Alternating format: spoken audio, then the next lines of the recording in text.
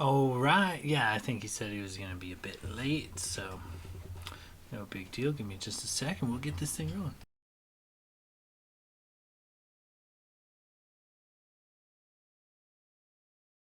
So we start in a duel with Blade Silverstring. No, just kidding. Uh, let's just go over that recap real quick. It's pretty short this go round. Last session began in lavish luxury as the party awoke in the guest quarters of the royal palace, heart of the royal city and capital to the nation of Brightwood. Recouping and recovering from adventures and celebrations prior, the party made a full day of touring the city, acquiring goods for future ventures, removing curses, and some of you side effects still lingering from the Shadowfell, all while being escorted by the King of Brightwood, generating positive feedback amongst many locals. At the day's end, the party finds themselves well stocked, well fed, and aside from a few nightmarish dreams, well rested. The following morning, as the party stirs, just now getting things in order for the next step of their journey. And that is kind of where we find ourselves now. So, you guys are in this lavish quarters, this guest chambers or guest wing, if you will, of the royal palace. And, aside from all of the lavish goodies you would expect in the guest quarters, you also have, a couple of attendees slash butlers essentially kind of awaiting on either side of the main entrance into the palace, and they beat you there, as elves don't need much sleep. They are there bright and early. So you guys kind of tell me how you proceed at this point. Out of game, Chris says, should we just take over? Kill the king. Yes, form a coup. Given that we just dropped 69,000 gold on a variety of items that made us even more powerful than we already were, I don't think it's out of the question. We have already overthrown one government and stopped a plague while simultaneously killing what was effectively like the largest, I guess, leader of the underworld. So, I mean, if we wanted to own the fancy elfin city.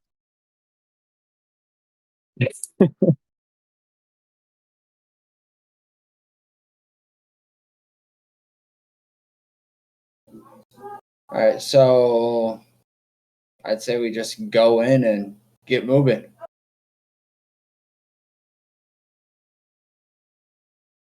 Everybody down with that? Sounds In good. terms of like getting to, oh god, Logus's mom, right? Not taking over the the whole city. Glader's just in like the main common area doing push-ups, and he's like counting out, and he's like on like 500 because of his new belt of stone giant strength. He's just feeling invincible. Roll a strength check just to see how many push-ups you doing with that new belt. That's a 19 on the die. Plus 6, 25. So you're rounding probably 200 push-ups at this point. No problem. But yeah, he just he woke up early. He's feeling better after his shopping and retail therapy. He's got new items. He doesn't feel as naked against the terrors of this forest and next challenge they're taking on. So he's in good spirits.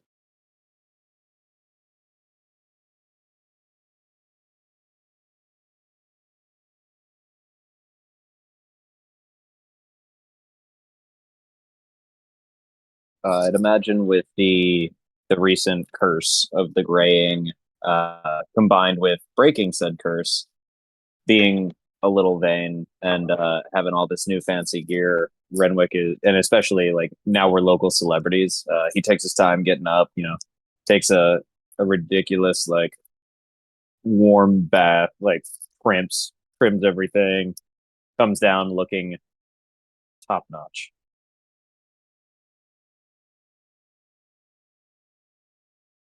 And then sits down and just houses like way too much fucking food for a 3 foot tall humanoid creature.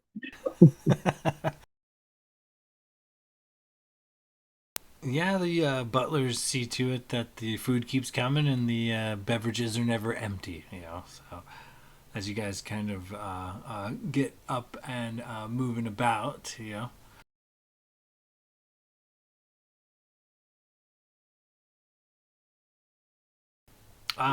guys would know at this point, as you guys are kind of packing your gear and putting things together and whatnot. The king is willing to take you at your leisure. So if there's anything else you need to do in and around the city or something, take your time. But it's kind of like there's no urgency to the matter. Like if you guys need another day, or you want to maybe miss something in the market, or perhaps other question mark. So tell me how you guys kind of proceed from this point. But yeah, the king is ready to escort you to the edge of his lands, in his words, whenever you decide you're ready to go. Renwick's going to look at the rest of the table, which I assume we've all assembled, or at least a few of us have, and just be like, before we leave the fancy elven city with all the people who lived for several hundred years, do you think it's worth checking into the library? I'm sure they've got a grand one around here. It probably has a wealth of information about what we're about to get ourselves into. Well, Or there at the is a very least, library. maybe an elder. I do know there is a library. I checked it out quickly last night. So we could take a quick look. I'm sure they have information on Nightwood, as well as Faerun.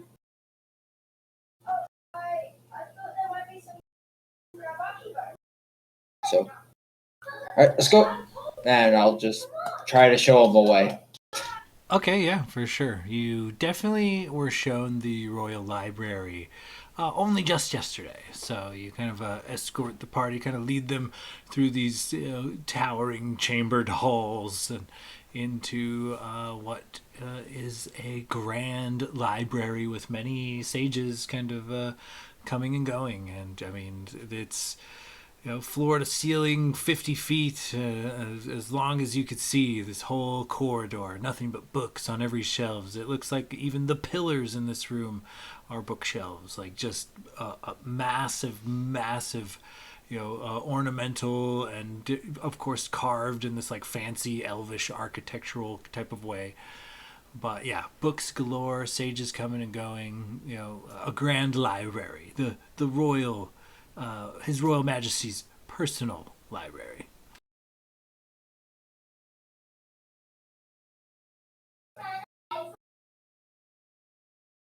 Locust will look for a librarian, master of tomes, and see if he can find any books on the Faerun.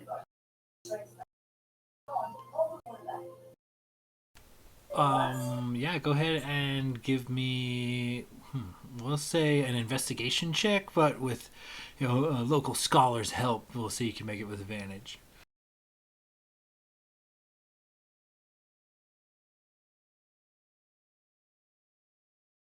$26. Okay, so what information are you seeking in particular? I guess just kind of a here's what to expect.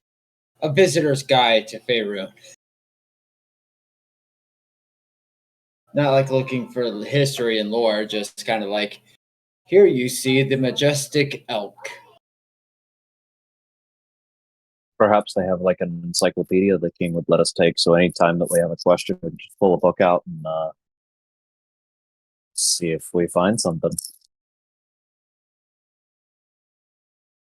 Essentially, yeah. So Faerun, you specifically Faerun, or do you mean like the Feywild world, or break that down for me? Like Faerun is in itself its own world, and that's like a Well, lot of information. Like, what are you looking for specifically where about Faerun or the Feywild? I mean, just a general area that we were told uh, they think the dragon took Locust's dad to and everything else. oh, okay, yeah, for sure. So you know that you come across like a plethora of information, and the scholar does indeed offer to scribe something for you for 10 gold pieces, and about 2 to 3 days he could scribe the entire encyclopedia for you if you wanted to take it with you. But yeah, it's just it's a magical place that is known to be over the top magical in a sense of like nature and magic have almost like melded into one. So in the material plane, it's also like a mirror plane, kind of like Shadowfell. Like there are similar topography, similar terrain. What might be a ditch full of bones in Shadowfell is a creek in the material plane, and it's a raging river in the Feywild.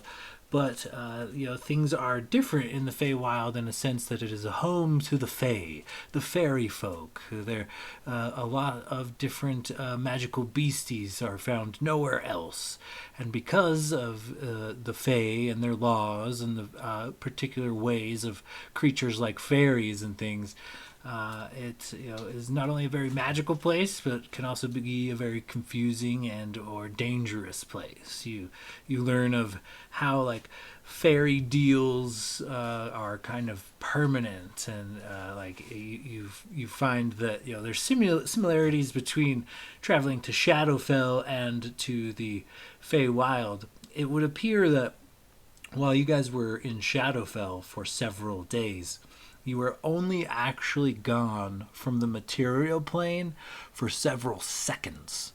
And it's like some sort of weird time dilation. It looks like that also applies to the Feywild, but in reverse. Several days in the Feywild will elaborate to several months in the material plane. So, aside from that, it does have a little bit of information on Seelie and Unseelie Fae, and how, things are mysteriously tied to nature.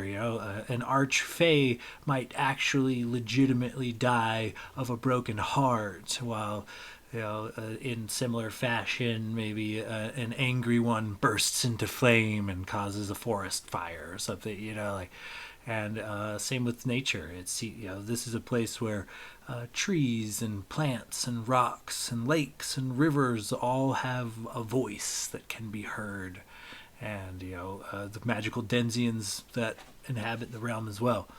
So yeah, it's a plethora of information, but like you only have so much time to flip through this particular book. But you do learn that there are many secret doors, secret ways into and out of the Feywild, and they're very particular. Sometimes you need to do a favor for a Fey. Some you might be able to stumble across, get lucky and just fall across one, or into the right archway, or under the right branch of a tree or something. All right, do we want to spend the 2 days to get this all written down for reference checks later, or Well, in theory, I think the king's kind of on our side at this point. We could probably turn around and just maybe get him to let us take a copy. Doesn't seem entirely out of the question. He would get quite a bit of political favor out of it, especially if I suppose we offer for him to hand it to us in a public setting where people can see it happen. Might drum up some business for the library too. No, all I could do is say no. And would the king have escorted us to the library, or? You haven't seen him since yesterday evening. You guys kind of retired to your own chambers for a bit after that, but he is awaiting you, likely in his throne room, whenever you decide you should need him. Okay. In that case, could Renwick go up to like one of the, I guess, library attendants that might be around, and approach him and just say, pardon me, we're the Sands of Justice. We just helped your king with a problem. You might have seen us out and about with him about town yesterday. This book we found is proving rather useful, although our time here is limited. So, if have the king, we'd like to check this book out for an unforeseeable amount of time, with the intent to with the intent to return it at some point in the future. Just see if we can check the book out. Go ahead and give me a persuasion check. I'll say with advantage on account of your recent heroics. All right. I got a new die and an old die. Let's see what's working well tonight. Old die it is. That's going to be a 23. Not only does he let you check it out, he quickly writes up a library card for the Sands of Justice. You guys now have like a group checkout card. Limit 12 books at any one time. And Renwick will shake his hand, just nod. Like, I appreciate you for your service, and we'll do our best to take good care of this. And he'll walk back over to Locris and just put the book in his hand and wink at him. Just say, you got a couple more books if you want to find anything else you'd like to take for the journey there, pal. Oh, I'm sure this will keep me plenty entertained. Already looks more disgusting than where we just were. Fair enough. And Renwick's going to search around for books about devils, I guess, since it all right, so I always mix this up, Sean. Is it a devil or a demon? It is a devil, right? That I'm being hunted by? Oh, for you, it's a lesser god, let's be real. Oh, okay. Fair enough. No, it is a greater demon, yes. All right, greater demon. Sweet. Just wanted to make sure I have the right terminology. But I want to try to find a book on greater demons and maybe how to get them to stop hunting you. Okay, yeah, give me an investigation check. I'll say with the help of the scholars, you can make it with advantage. Okay, take that because I have a +0. So, 16.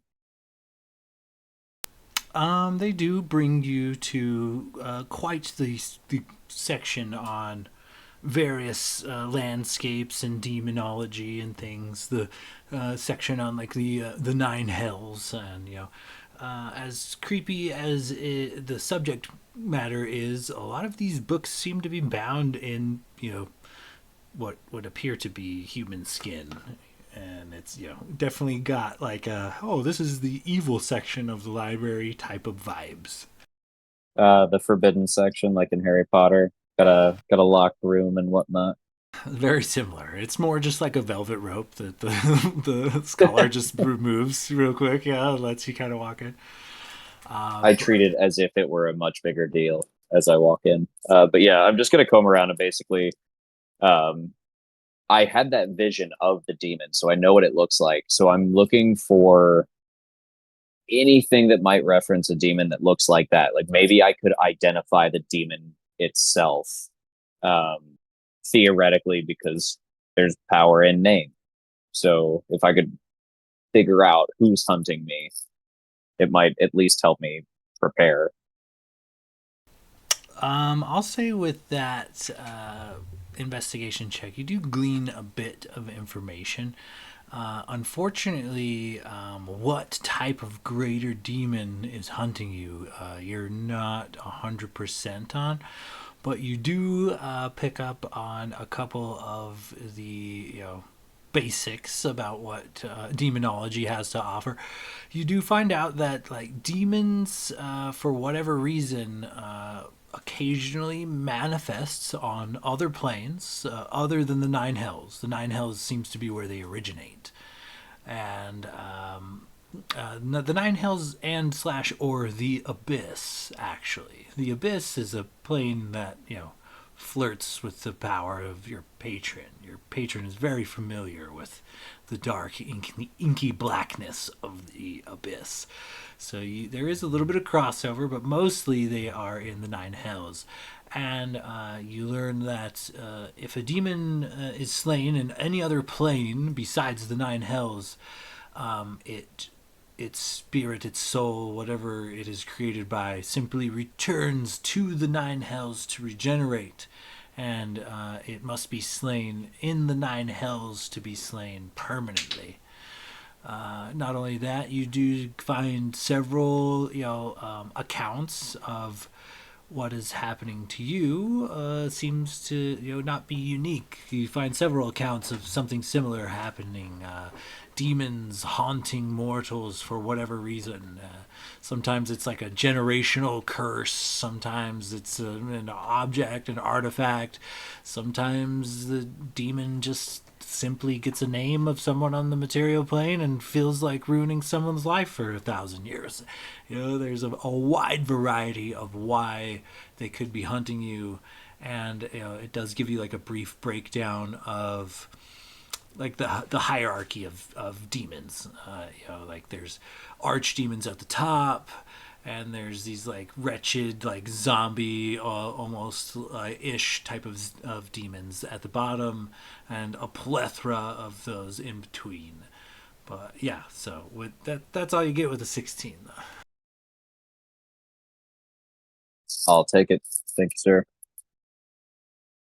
And yeah, we got a library pass. Anybody else got some stuff they want to research? Might want to check out Shadow Dragons while we're here. Things like that.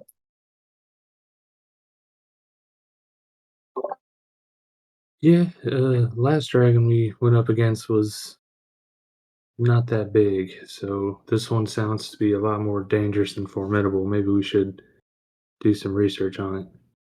The ice dragon we fought was pretty big, lady. Oh yeah, that's true. I forgot about that one. I was thinking of the first one, the little green guy. Well, it seemed like the little green guy did a little bit more damage to us than the big ice one. Holy shit, Sleeping Beauty finally woke up and joined us. Oh, God, I'm sorry. I just kind of popped up in the back here, as per tradition. Yeah, no, you snuck right in there. Good on you. Don't we know the name of this specific dragon that my dad hunted? Think so? I feel like we learned its name. I don't know if we caught the name or not, because they told us about was it Correct. Shades Avian, which is the group that was hunting it, but I don't think I caught the dragon's name. That might be my bad. 'Cause If I missed it. wasn't it a great like red dragon that turned shadow Yeah. when it got sent to the So, Shadowfell? Sean, Sean, did we I made that right? the end? Do we know the name? I am not gonna lie. I didn't write a name down at this point in the notes, so I don't think I've actually given you the name. But yeah, I might have. Sometimes I space shit, but I don't think I have. No. So I don't think you have either. In my notes, you gave us some information on it. Said it was a red dragon that landed on the material plane.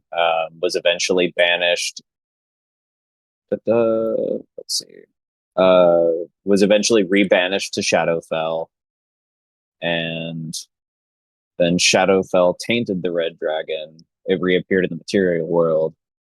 Then they managed to banish it to the Feywild, and then they chased it into the Feywild, and they never returned. So that's why we are going to the Feywild, but we do not have a name of the dragon yet. We just know it was a red dragon tainted by the Shadowfell. Well, in that case, can we potentially try to find the story? Because that sounds pretty fucking epic, and I'm pretty sure that someone took notes of that fight and or the battles that happened. Maybe learn a little something if we can try to find it. Yeah, go ahead and give me an investigation check. I'll say with the scholar's help, you can roll it with advantage. It's gonna be, I think, a straight roll, or not a straight roll, but I don't think I have plus anything. +1. Use the golden dice. It's a 14 for a 15 on the first one, and a 13 for a 14 on the second. So 15 total. With a 15, you kind of go through some of the records of the realm, and it would seem, you get the story, but you have to kind of patch it together from, a couple of letters from this source and a couple of pages out of this book talking about that one thing or another, and it comes from several sources, so it's not just like a real fluent story, but essentially. What you know is Zeriotol Yaxilius at one point went to Nightwood to convince the communities there to rally some warriors to slay a particularly volatile red dragon who had escaped the realm of dragons. And the people who answered the call were known as Shades Avian, which happens to be Lagos, your father's adventuring band. You would know that. But yeah, Shades Avian answers the call and meets the dragon in battle in multiple locations. It seems that for whatever reason, stalemate happens once or twice. But they do finally manage to get the upper hand on the dragon, and though they do not slay it, they send it to Shadowfell. Well, after about 100 years or so in the Shadowfell, the dragon had found its way back to the material plane. But as you know, as just was presented information, you guys spent several days in Shadowfell and only were gone from the material plane several seconds. So though the dragon lived 100 years in Shadowfell, it was like maybe a month in the material plane, So yeah, it then returned to the material plane and re-threatened the same area. It went back to Nightwood where it had tried to lair before. And once again, Shades Avian, this adventuring party, comes to the aid of the nation and does battle with this creature. And once again, it's like a stalemate. They can't seem to get the upper hand on it or kill it. And so once again, they banish it, this time to the Feywild. And then you get a bunch of reports about how it seems like they were worried about the exact same thing happening. Maybe the dragon waits 100 years in the Feywild and then just reattacks and tries to lair again. And so Shades Avian agreed to follow this creature into the Feywild and see what has become of it. And none of them have been seen since. Okay, so you said that time works differently in the Feywild, right? So that means that for however long he's been gone in the material plane, he's been gone even longer there. Kind of reverse. So when you're using the material plane's time is like base time. Going into the Shadowfell, you spent several days turned into several seconds. So essentially, you guys kind of like, once you guys attacked Lokris in that ritual and he grabbed you all with a shadow and you guys disappeared from the Underdark, 7 seconds later, you reappeared in the king's throne room. You guys were not gone from the material plane for very long. It has a similar time dilation, but it's the exact opposite for the Feywild. A day in the Feywild is like a week in real time. So it's like several days in the Feywild. Actually, it's even longer than that. Several days in the Feywild turns out to be several months in the material plane. So, as far as your father's timeline would be concerned, if he has been in the Feywild, it's only been 10, maybe 11 days for him.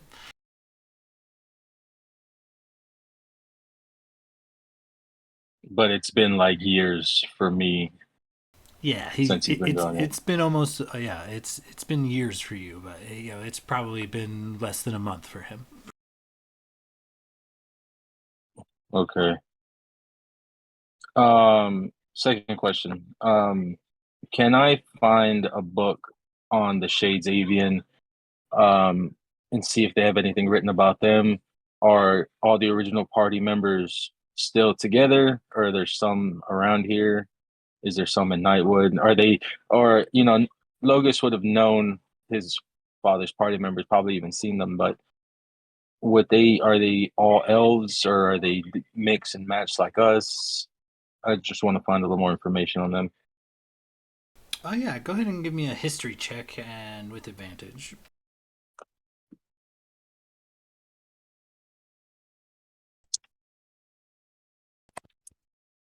That's a 17 total.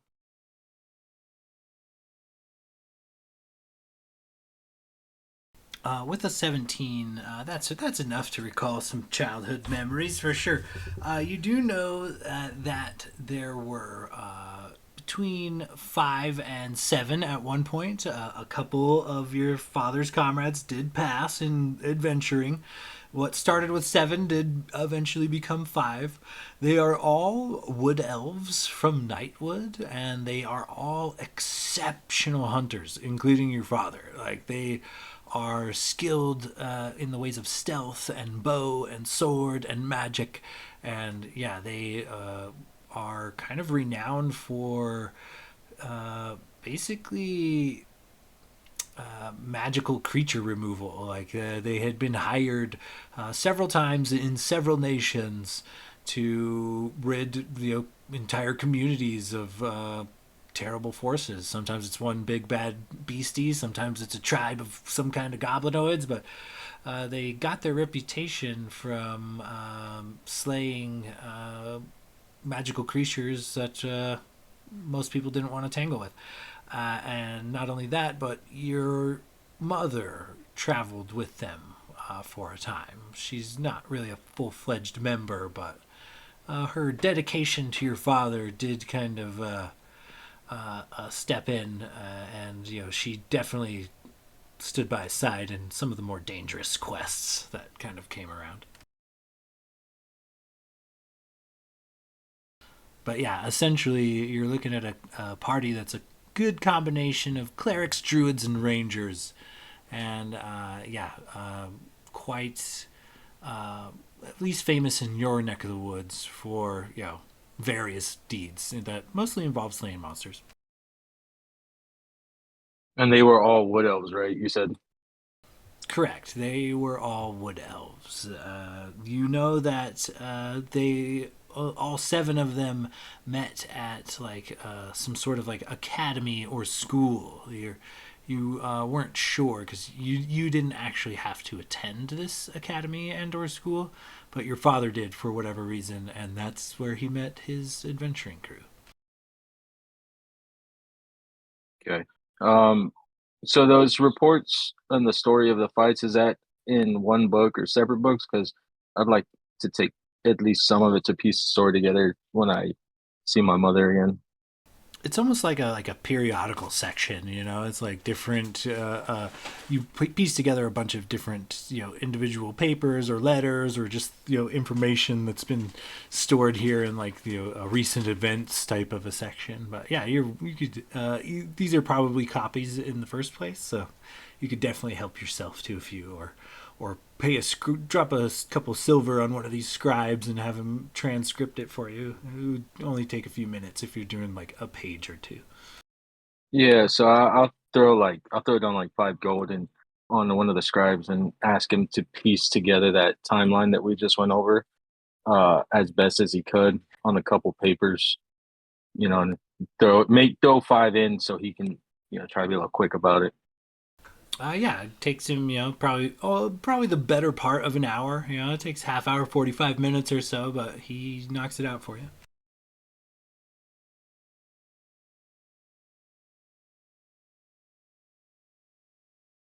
Does anybody else need to find something, or are we ready to head out?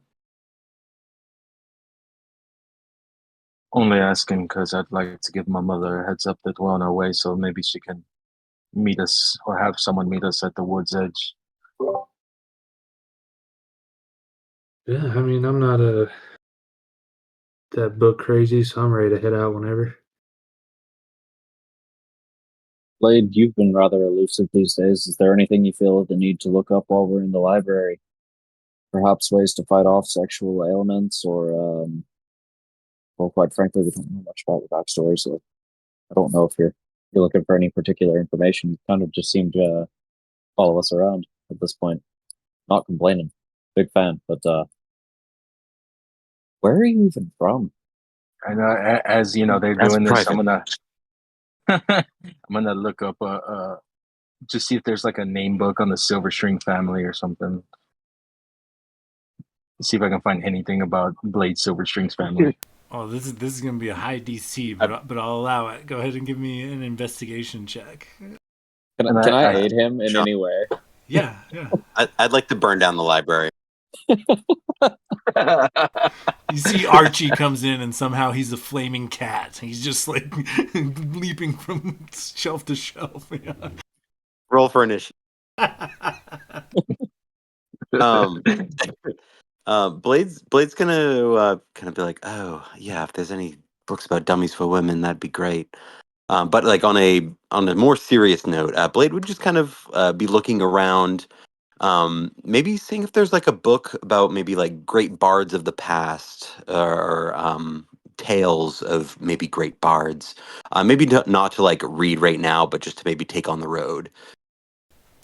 Okay, I'm not even gonna really make you roll because I would say most of this grand library, something like probably akin to 70, maybe 80% of it, is pompous elven literature and works of art. It's not actually real information. It's stories and commendations and etc. etc.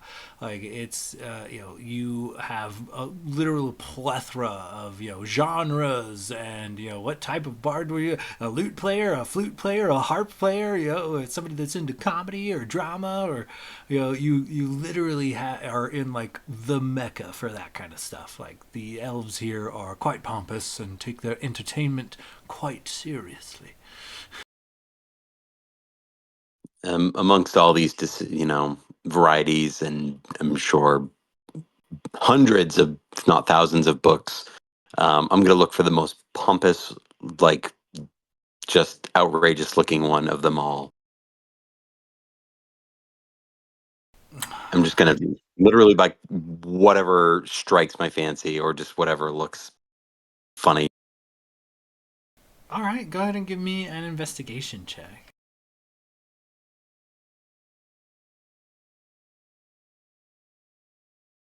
Not my strong suit. I think it's just a +1 for me.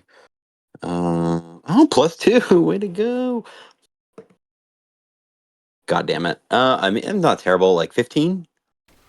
15's alright. You do kind of, as you're perusing all of these titles, one sticks out. They say not to judge a book by its cover, but it sticks out because it's like a velvety purple cover. It's got gold trim, and it looks like there are several precious jewels etched into this like dark purple leather tome for whatever reason. It just says, fancy and gaudy. It cries out to you. Oh, this one seems to be fancy enough. Archie, what do you think? He kind of clicks his little hands out, or little claws, I'd imagine. And yeah, I'll check it out. I'll take it along with me. All right, so make sure you add a pompous book of elven poetry to your inventory. Excellent.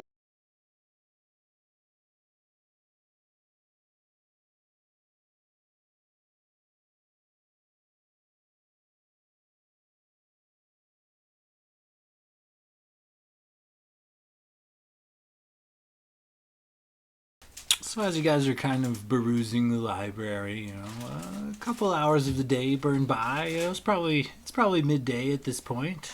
And tell me how you guys proceed from here.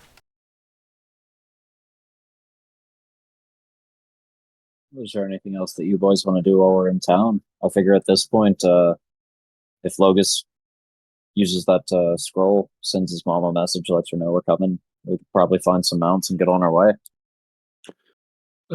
One thing that I forgot to do during our shopping session last week. Uh, is there any place that we could buy like health potions? Oh yeah, for sure. I believe they're what did I say? 500 for a grader. Okay. I think Renwick purchased a few. So Yeah, I bought a I must couple have in the missed that. last one. I'm pretty sure it was 500. I think you're right there. Okay. Yeah, I'll just take retcon that I bought. Fuck it. Two.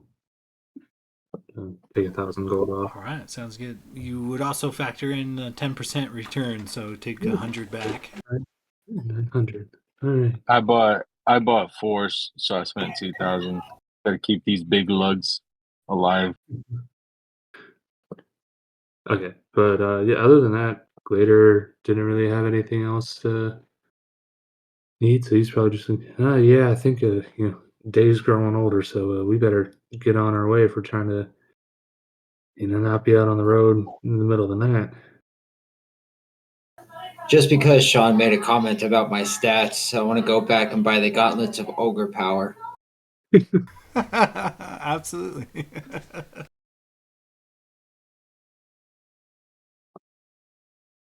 Are you actually doing that, or? Yes. I would love to see you become an absolute fucking problem for him, as if you're not already. But Boy, if anybody needed Yeah. a curse, it's definitely Locris. to be fair, it is hard to tell if you're joking. But I assume you're actually going to go back and buy this item. Oh right? yeah. No, I go back and buy them. Yeah, for sure. Still there, ready to roll. Jeez, his strength score is now 19. I'll take a set too. I mean, chicks love that shit. Go for it, for sure. No, I'm fucking. Y'all are just copping me with my items that make you stronger. I mean, if I Joke. had a strength score of 19, I mean, imagine the possibilities. And to be fair, Gladiator, you're the biggest one of the lot of us, and you still had to buy a belt to be as strong as Locris now. So With no, That hold wasn't very on. nice. Without the belt, uh, I'm what pretty was sure it? he'd still crush you with that mace. Or is it a Morning Star? What are you using these days? I forget. I know we got rid of the curse thing. I was still even without the belt. I think I still have the highest strength. I had 18 without the belt. No, I'm just trying to pick on you, but if you want to compare deck sizes, well, I'm pretty sure you have the biggest in the party. So I Yeah. Deck size? Locris didn't hit hard because he was strong. He hit hard because I could use my charisma. yeah. All right, that's quit making me feel bad about myself. No, I'm just kidding. And it's a morning star when it's fully extended into a weapon. out of curiosity, if you so with this new strength bonus, does that stack with your charisma bonus from No, I guess your warlock because stuff? Oh, okay. I was no, like, damn, you just broke damage. Yo. because with the hex blade, it's you can use your charisma instead. So by raw, it's either or. Gotcha. It's my desire for the tome.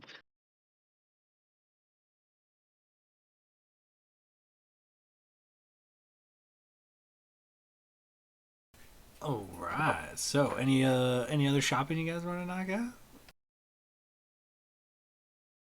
I think that might be it. I think Logus just needs to shoot his mom a quick voicemail, Yeah. And we need to find and then we'll be on our way. Yeah, find some mounts Shoot maybe.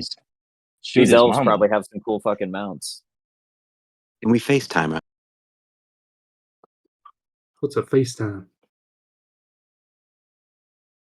Um, uh, It's just one of those things, huh, Blade? What is FaceTime? Who are you, Blade? God damn it. Yeah, exactly. What Listen, are you if not telling us? there's, forget about it. You wouldn't have an idea. I cast charm person. God damn it, who are you? Zone of truth. Do you even No, know what an iPhone 16 is? no, I'm barely on the Jesus. 14th. I can barely count to 16. Figured it out. Silver String is pronounced Zuckerberg in Elvish. Fuck, I'm out. He just fades away. He uses that new dust of disappearance to just fucking disappear. I turn into the red dragon. That's a plot twist I'm not ready for. That would hurt. That would be a lot of deep deception. I don't know that I could ever trust you again. The red worm. How fitting. Hmm. Is it because of all the STIs or something? Why is this worm looking all red? Well, that's the story for a different time. Well, that's what you always say, to be fair. I mean, it's been over a year and a half and you're still not telling us much.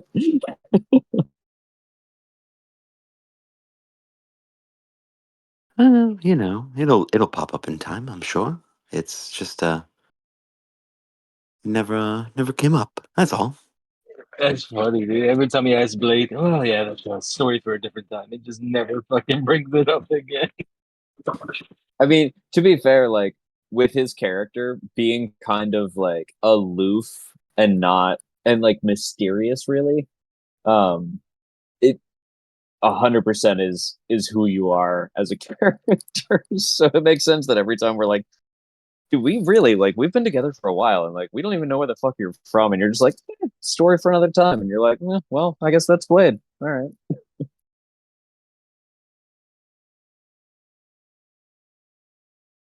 All right, Anyways, DM. Yeah. Okay. Shoot.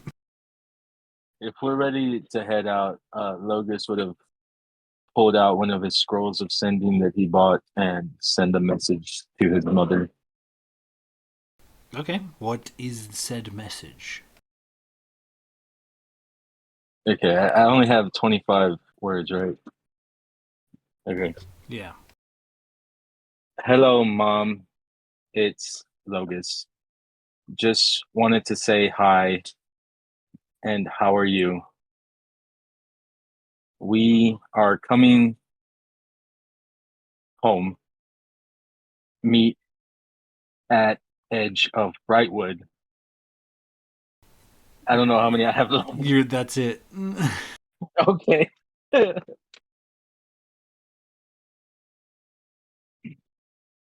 So she gets a short window to respond. And after a short bit, you do hear your mother respond. Let me look up something. Okay.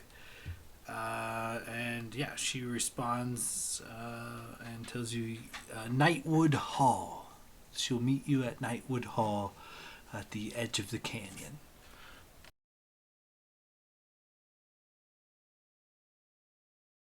Logus will try to respond, not really knowing how the words. Okay, see you at Nightwood Hall. How are you doing? Just silence. Damn, I think I've lost connection to her.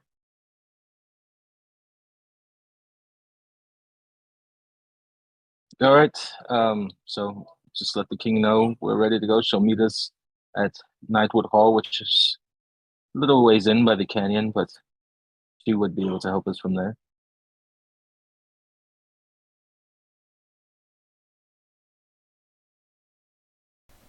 Okay, yeah. So as you guys kind of collect your things, any last moment, anything thing you guys need to do before you leave this elvish royal city?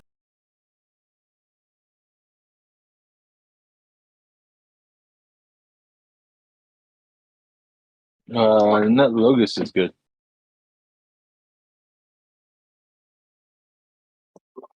I think just later would start looking for some sort of stables to see if we can rent or buy horses. Yeah, I'd definitely be on the same page. I'm not looking to travel any harder. We're getting to the point now where we have the budget to allow us to travel in style, and we're in a fancy elven community, so why Didn't not? the king say? Didn't the king say he was gonna drive us down there himself, or Is he going pay to take for us all it? the way, or is he just going to take us to the edge of his land? I think he's down to take us anywhere that he controls, but at a certain point, we're on our own. I mean, he probably would hook us up with mounts, though. Oh yeah, no, it would be good once we get in there. There's plenty of mountains in Nightwood that we can either tame ourselves or just walk. It's really nice in there. Well, that sounds wonderful for people that can tame wild animals, but yeah, I didn't really grow up doing that, so I could teach you. And with Nightwood Hall is but a short walk from the edge of the woods. I mean, we could always get mounts in there. Renwick just kind of looks to the rest of the group. Is like, is this one of those times where we're just gonna trust Logus on this one, or should we get some mounts? I mean, we might as well just to get there quicker.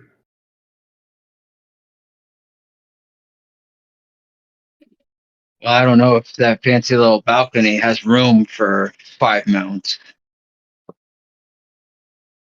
It's already Well, if we carrying have the two mounts, we don't donkeys. necessarily need the escort out. I mean, if he's feeling frisky, I suppose he can fly that fucking balcony behind our mounts. Or if we want to run the risk of attempting to find mounts once we get out of the king's territory, then I suppose we can do that. We have I to mean, cross the canyon. I don't know if there's a trail down for mounts. we Logus, could. are there donkey trails in the canyon? I mean, usually we just climb and run. I mean, that's why it's how you learn to hunt and, get stronger. But I mean, it's up to you. If you want to be lazy about it, I'm sure you could take a donkey down there. Fair enough. Speaking of donkey, Blade, where's Gibraltar? I'm pretty sure you have Gigabraltar in the portable hole, but and where's Tony Hawk? Oh fuck. Dude, That's to be honest with you, the last I remember hearing about Tony Hawk was where we in the land of gnomes.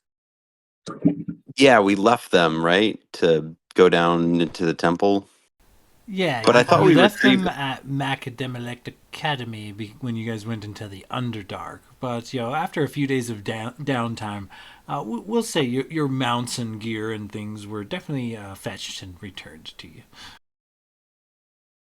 No, Logus left Tony Hawk with the gnomes.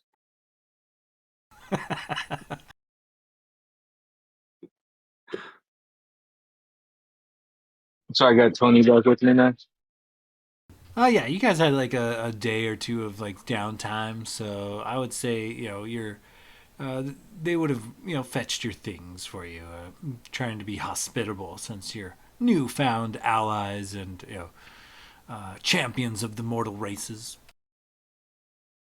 So If theoretically, can I wild shape into a bug or a lizard and then have Tony Hawk just fly me everywhere? Yeah, theoretically. Okay, yeah, I don't need a mount. Are you not worried that Tony Hawk might eat you if you look like a No, lizard? no. Where our connections goes deeper than that. I mean, if you don't trust Tony completely, and you can be honest, I'm sure Archie would carry you in his owl form.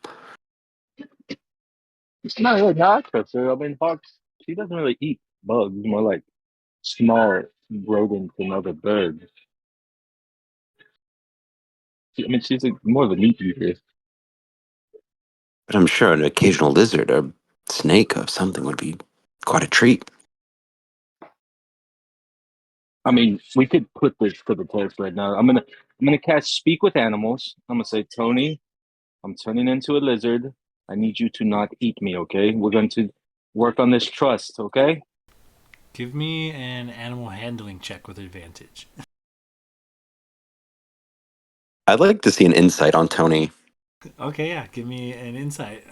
It'll depend on this animal handling check.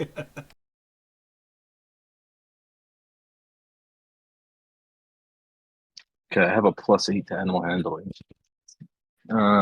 First one's an 18 total. The second one is a 10 total, so 18 total. That's enough. She resists the urge to maybe take a bite out of something little and wriggling, hanging around. But yeah, she does not react to your little lizard form. You just kind of run back and forth. I'll like run in front of her, like even like crawl on her back, hang off her beak, kind of like, see? And then I'll walk straight back to Logan. Think like that, you wouldn't understand the bond between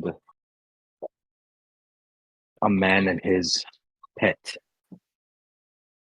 I was just saying you should be careful because she gobbles you up real quick, and then you revert back to your elven form while in her stomach. That would be just a little bit uncomfortable for all of us to watch. And But in I'm all sorry. fairness, Tony would learn a lesson pretty quickly. Yeah. And I'm sorry, but I like on my own, like iPhone 16. I just saw a video the other day of a bird eating a snake. It just brought questions.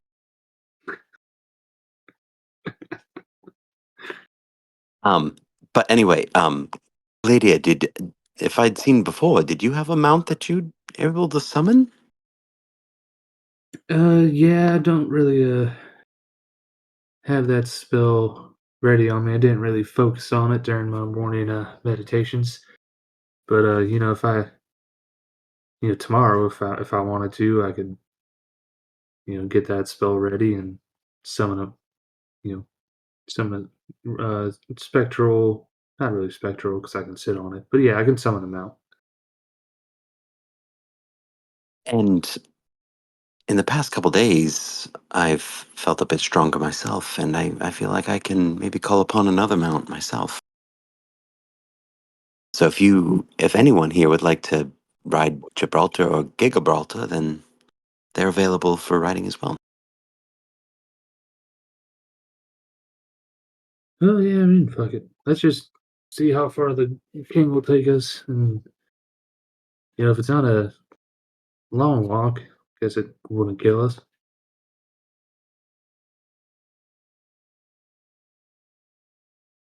How big is Logus's clockwork dog? Don't we still have him with us? Is that big enough for a halfling mount? I mean, I think it was a mastiff, wasn't it? I think that's probably mountable by a halfling. Oh, if it's a mastiff, yeah. I mean, DM discretion, but I'm pretty sure that dog is way bigger than me. Oh, I think we used mastiff stats at the very least. What kind of dog was it again, Logos? Do you remember? Yeah, I think it was like a big, like I picture like a big golden retriever, but we use mastiff stats for it. Yeah, for sure. So it sounds like we have 3 mounts, if anything. We could always double up. I'll take the dog. You boys can take the donkeys.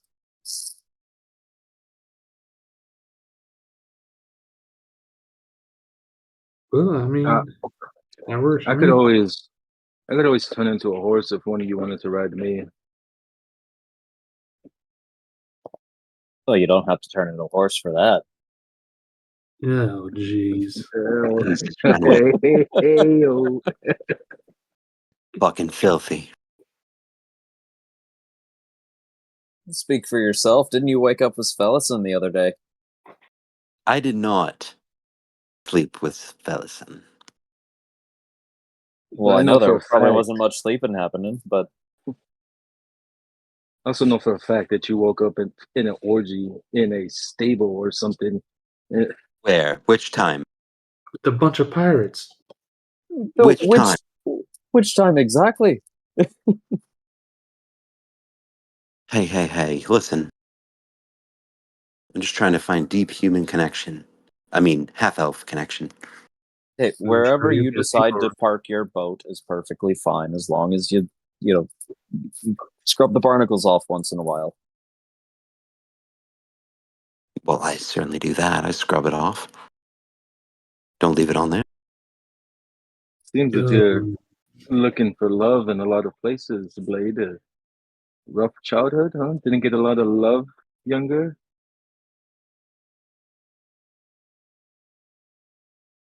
It's a complicated thing. Well, this is a story for another time. I'm gonna etch that on your gravestone. Crater's gonna throw his hands up and just start walking back towards the, I don't know, somewhere. As you guys kind of make your way towards the grand hall, this like royal chambers where the king's throne is. It looks like business as usual. There are several advisors standing beside the king. Looks like he's like holding some sort of court. Something trivial, something to do with residential versus merchant type of property rights or something. And he looks utterly bored. And as you guys enter the room, he immediately motions for a recess and sends everyone but his guards out. And, with a deep sigh, he's like, "You have truly saved me yet again, sense of justice."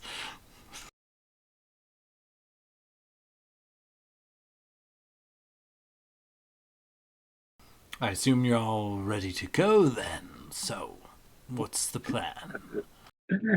I, I like in that thing, like I was trying to unmute, but in that moment, he was like, "You saved us again," and we all just kind of stare at him quietly. We all just nod in Yeah, acceptance of how awesome we are. yes, love us. But yeah, no, we're ready to go. We're trying to head out as soon as possible and hit the road. And we love the city life here, but it's time to get on to the next adventure. All right then. Well, he with a flick of his wrist, somewhere up near the chandeliers, there seems to be like a bit of architecture that's just a bunch of mirrors that kind of circle this chandelier. It, like catches the light just right. With a flick of his wrist, one of these really gaudy, kind of iron framed, intricate frame and whatnot mirrors floats down from the ceiling and presents itself kind of in front of the throne, and he snaps his fingers, and the mirror, instead of reflecting, is just kind of like an open door. It looks like on the other side of this mirror is a warm forest day, and he nods like, quickly now, that's not going to last forever.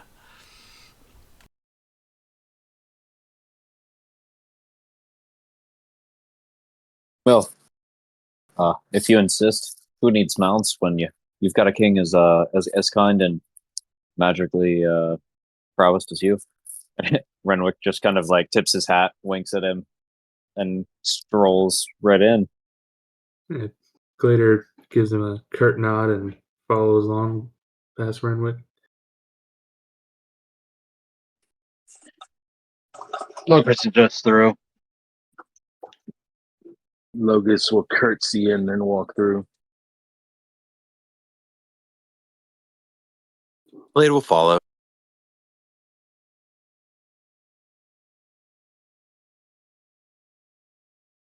Okay, yeah, as you guys kind of make your way through this little archway, you find the king follows you as well, and you guys find yourselves standing under the shade of a nice tall tree in the forest.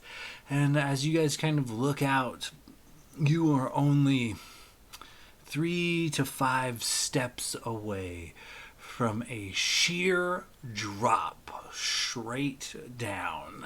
You guys are kind of on the edge of where the forest meets this canyon. And as you guys kind of overlook from this like high forested perch down into the canyon, you see like a labyrinthian style rock formations. Some of them crushed rock, some like rock archways. It looks like there's plateaus and valleys and gorges, and they twist and wind in all directions. And this canyon, it goes as far as you can see. You can't actually see the other side. And it is here where the king says, yes, the Canyon of Betrayal, as my people call it. It is quite the sight. It is quite beautiful to gaze upon, but I would be lying to say that we do not try to keep the more savage species that call it home out of our wood. We run regular patrols to keep them at bay. So it is quite a journey, and most of it's, well, not ideal for most mounts, but if you would require, he kind of gestures off into the wood, and someone dressed in this like royal kind of blue with like very gaudy silver loop earrings, this like high elven servant of sorts. He does have what appears to be a ram for each of you, like a riding ram. These large, stocky, hooved creatures, equipped with a saddle and whatnot. And the king kind of continues, like, these are best for travel in the canyon. They have sure feet. They go up and down the rock walls in ways that it's hard for most. But alas, like I said, the more savage species, they would likely be more alerted to your presence if you take in, pack animals. So it is up to you whether you would rather go on foot and maybe free climb down this cliff, or if you would take these pack animals and perhaps find a trail. But this is as far as I could take you. Alas. What kind of wild beast are you finding around here? Well, a plethora of dire creatures call the canyon home.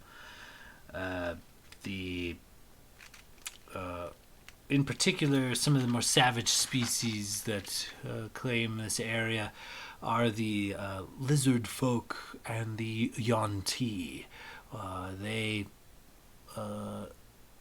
different tribes, but their political society and structure is confusing at times. Sometimes tribes of lizard folk unite against other tribes of lizard folk. Sometimes against tribes of Yuan-ti. Sometimes the lizard folk and Yuan-ti will form a unique tribe of intermingled individuals, and then they will take a run at things. Who is running where in the Canyon of Betrayal tends to be almost a day-to-day thing.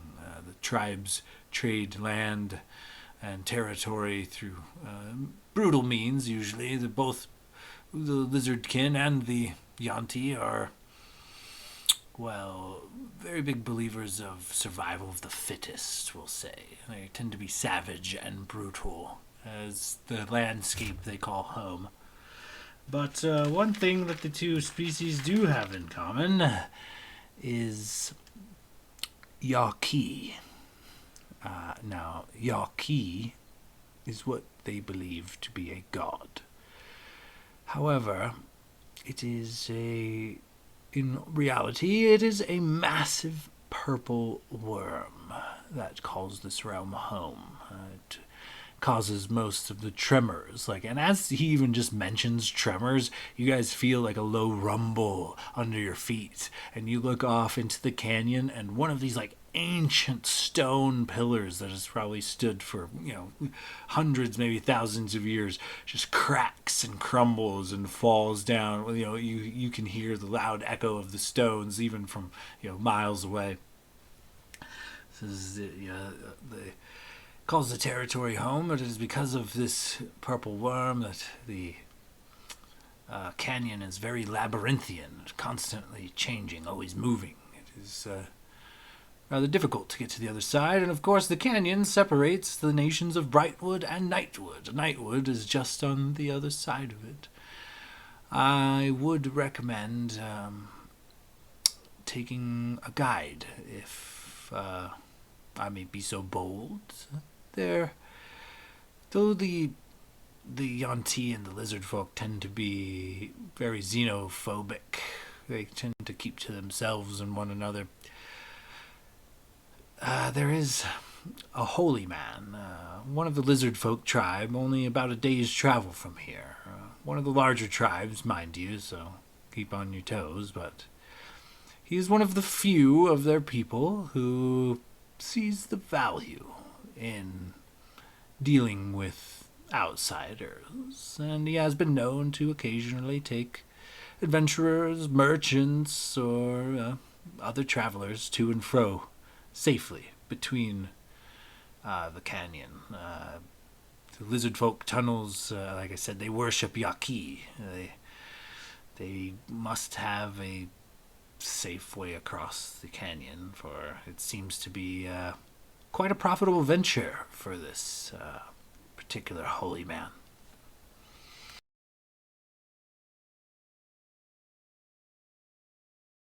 So let's go find some lizard folk and speak to a holy person. I like where your head's at. Later, that's your responsibility. You speak God. Yeah. I'll take care of it. I can be persuasive when I need to be. I mean, you only have 2 gods. Why not 3? That'd be a fun one. Yeah, giant lizard worm. Or purple worm, whatever the fuck it is. Alright, yep. So, do you need the mounts, or are you going by hand? The king kind of curious. Well, I say that if we take the mounts down there, it'd be harder to be stealthy. If we need to be in, more than likely these things will go down there and die. I'm of the mind of just going on foot. Yeah, now that we're staring down the barrel of the canyon, if it means that we can be more stealthy and not sacrifice some creatures that might get eaten by, well, quite frankly, either of the species that seem to inhabit this canyon, including the Yaqui, we should probably avoid the mounts, and it might take us a little longer, but might be a little safer that way. Yeah, I In agree. that case, Oh, sorry. I was going to say, in that case, let me attune to these gloves, because I trust my fighting a lot more than I trust my ability to climb.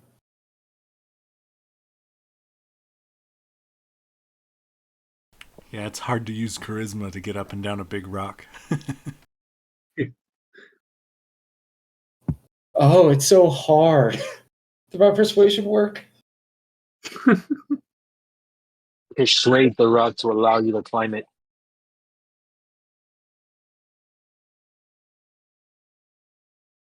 Does anybody happen to have climbing kits or anything before we start climbing? Just out of curiosity, because we're too deep in the shit to go back and shop now. But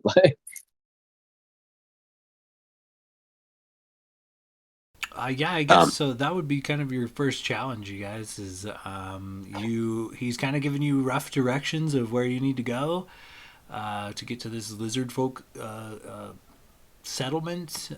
But your first challenge is roughly 1,000-foot drop from the forest to the canyon floor. While this is all happening, I'm gonna just say that Blade is kind of like sat down and gone into a meditative state for 10 minutes.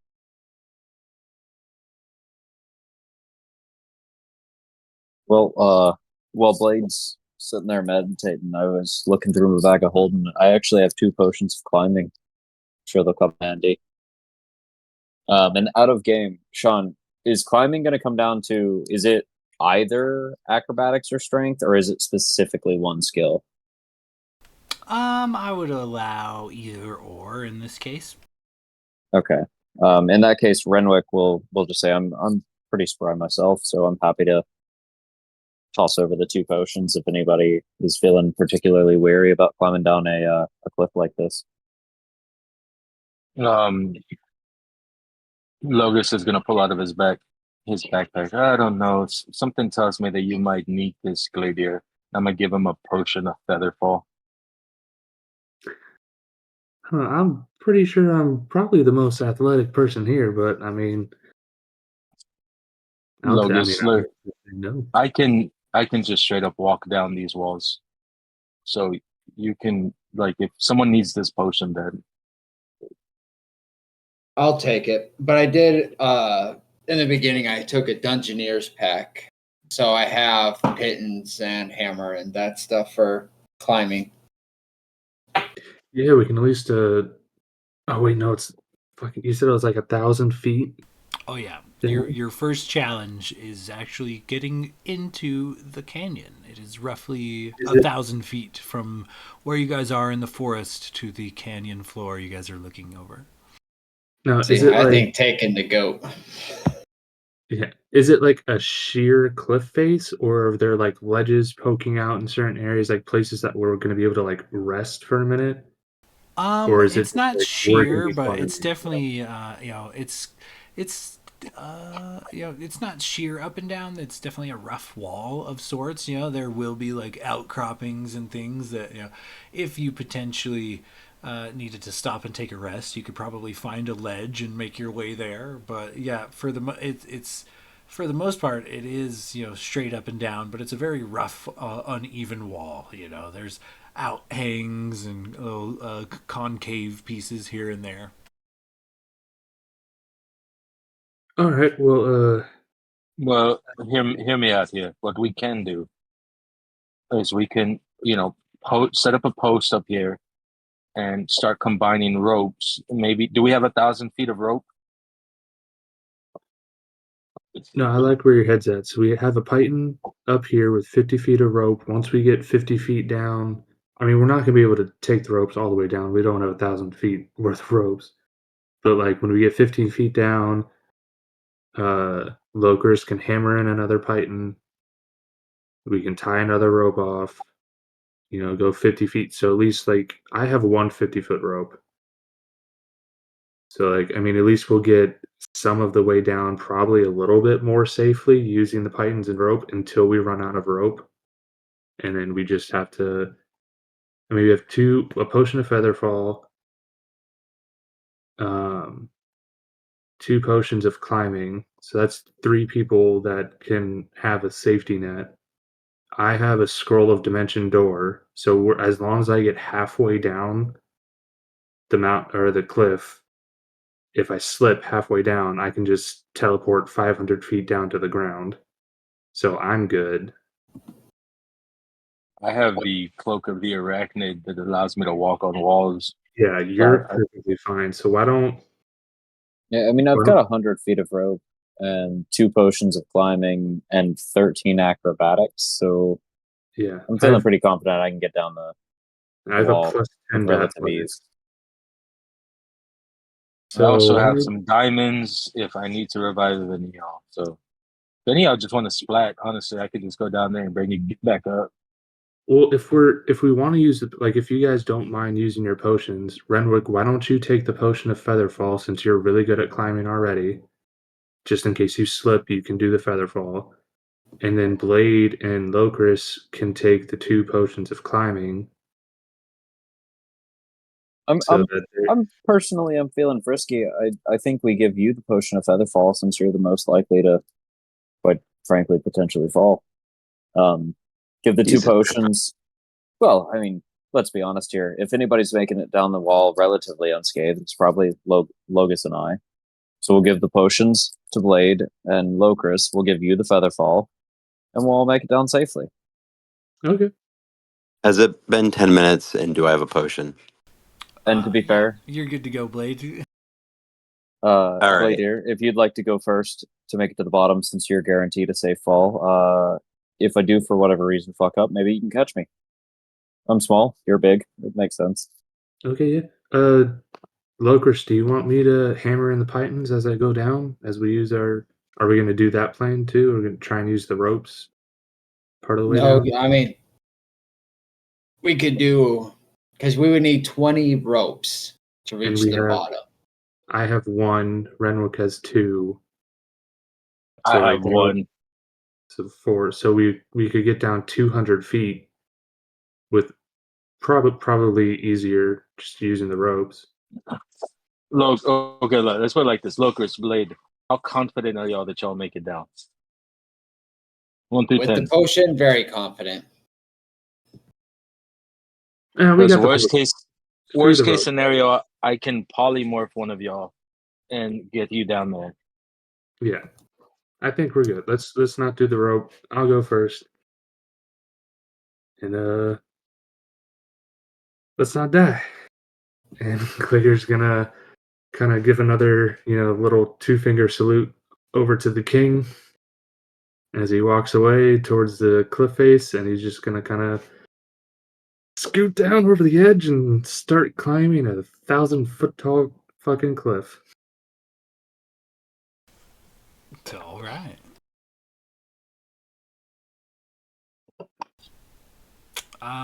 Let's see here. So this is going to be.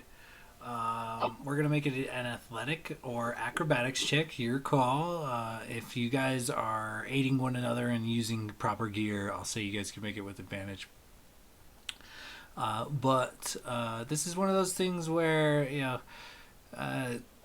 it's not a super high DC, but failure is not gonna be awesome. So go ahead and give me an athletics check, Gladier, to get this going. All right, and just before he goes down, he's gonna make sure his he knows, like, he's gonna tuck the scroll of dimension door and the potion of featherfall. Like, he's just gonna like tuck those and secure them and like onto his belt, just so like that they're easy to grab. And then he's gonna make his way down. I'm definitely using athletics because that's a +10 instead of a +1 acrobatics. It's a 17. It's not pretty. It's kind of a struggle. There are several like lips that kind of give you a little bit of trouble. You cling to the wall, but yeah, you don't fall or anything. You do make it, but you're definitely not in the best. I don't know. You got this like brand new armor, and you're just like grinding it on the stone as you're trying to maneuver your way around. You make it, but it's definitely slow and laborious as you kind of begin your descent. All right. Yeah, see, guys, it's not even that hard. Just come on down. Fuck. You already climbed the full 1,000 feet down? Damn, boy. How long did it take him? No, he's gonna have to give me a second check as well, but this one's a little less detrimental. Oh, okay. So you do make it about 500 feet. Go ahead and give me that second check. Are you driving pittons and using rope and shit like that as you kind of descend? No, I think we decided against the pins and ropes. So I'm just straight free climbing it. Okay. Yeah. Renwick just looks over the edge and says, "Don't look down." Logan starts throwing rocks at him. Jesus. Well, I rolled a Watch 19. out, there's a rock fall coming. So that's a 29 athletics. A big old spit from somewhere up front, somewhere up top lands like right next to you. No, I shoot Gladier with an electricity arrow. What the fuck? tases you on your way down. No, Gladier, you do descend successfully. You know, it's the second half is a little bit easier. But yeah, you descend to the bottom of this canyon, and it's nice, like kind of soft, sandy ground. All right. Yeah, then I'm gonna call up again. See, guys, I made it just fine, and just be careful, watch out. There's some weird rocks falling, and I think it might starting to rain soon or something. I don't know. Something kept hitting me, but yeah, just be careful. Just yelling that up. I do some shit as Gladier starts yelling up. The fucking purple worm is attracted to the vibrations he's making. Just fucking eats him up.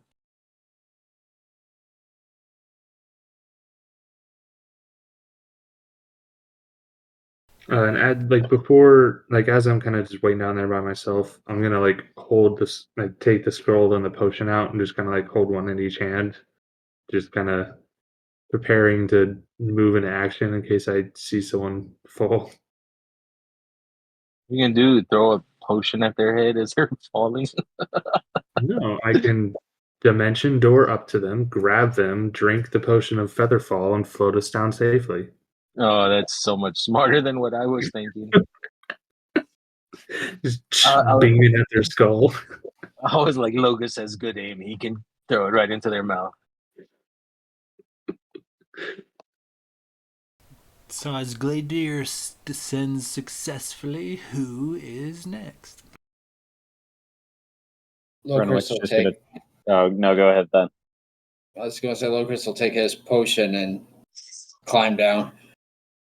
All right. So since Logus is like, since I'm able to just stand on the side of the wall, I'd like to just like act as a safe, like in case anything happens, that I can like throw out a polymorph or something if someone slips.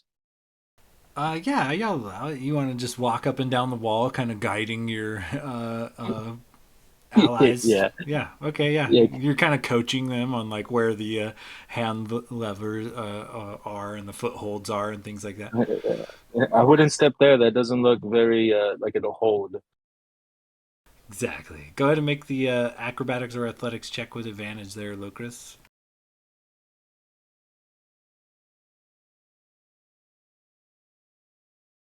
22. Yeah, you make it down 500 feet pretty quickly. A lot more gracefully than Gladier did, for sure. Give me one more on the second 500 feet.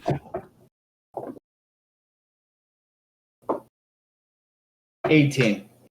A little more laborious as you get to the bottom, holding your own weight up on the rope. Starts getting to you. Arms get a little shaky, but you do make it to the canyon floor.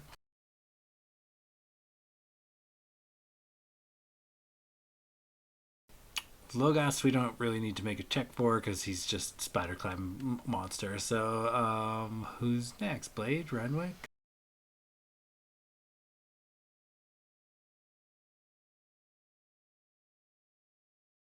Renwick will hand Blade the other potion of climbing and just say, well, beauty before age.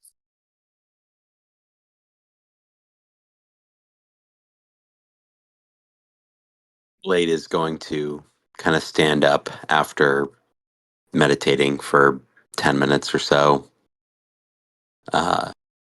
He's going to hand the potion back and say,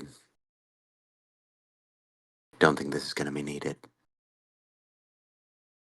And as like that happens, you kind of see like a whirl of dust and kind of like a golden like aura kind of explode out from him.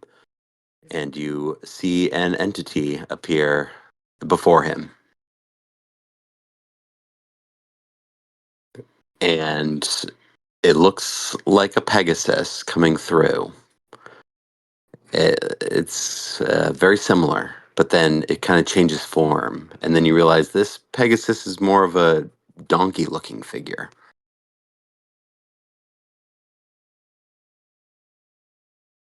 Gabrielter steps forward.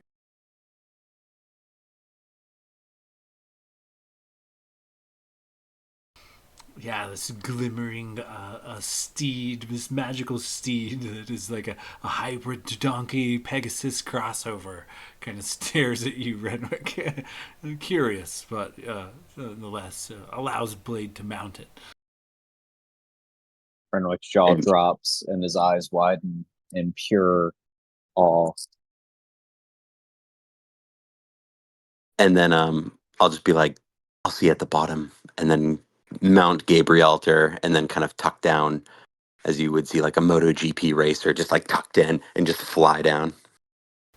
Logos, you're just kind of pacing up and down the wall, like helping these guys, up and down. And like as you kind of get back to the top to help your next ally, Blade just barrels by you on this like flying donkey as he descends to the ground rather quickly and gracefully. Holy shit, Locris, did you see that? Just as like Locris is fucking fighting for his life on the side of this wall.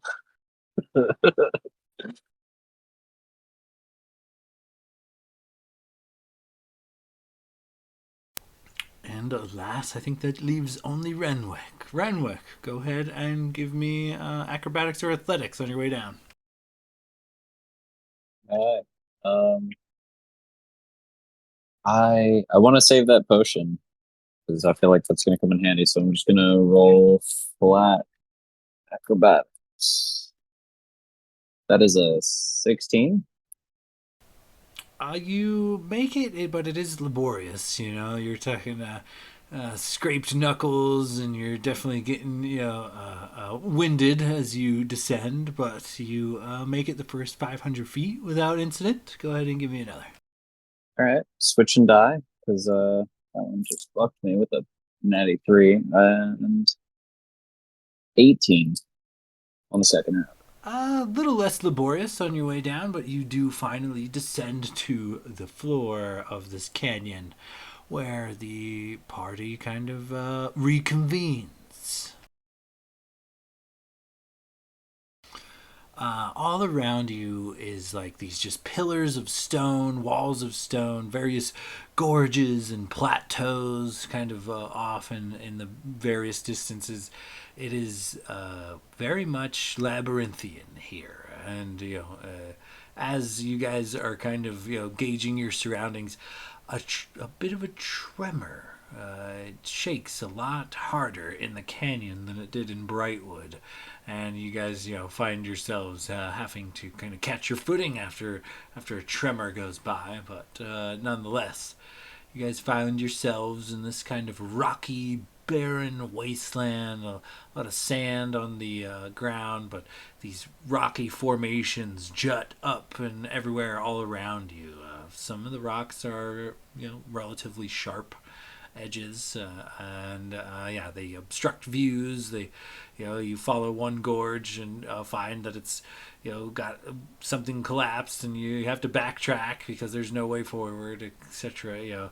So as you guys are kind of getting your footing and a sense of direction in this gorge or in this canyon, I'm gonna need probably a marching order at the very least, and yeah, I guess we'll start there. Let's start with a marching order.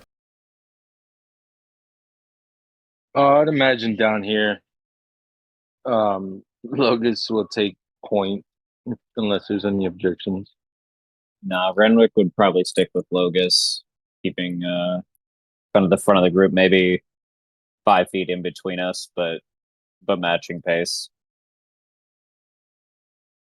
Glitter will pull up the rear, just keeping an eye on his friends in front of him, making sure if anything pops out and attacks, he's ready to spring into action. Chris will take the middle. So we got 2 more. That way Blade stays safe between. Must protect Blade at all costs. Yeah, we need. Go ahead. Thanks. I'll be kind of towards the middle with Locris. just kind of riding upon Gabrielter there, just riding along. So is it's still there? The ethereal donkey with wings is still there. Correct. Blade Oh, is yeah. riding it. Blade, where have you found such a magnificent animal? And Logus will try to pet it.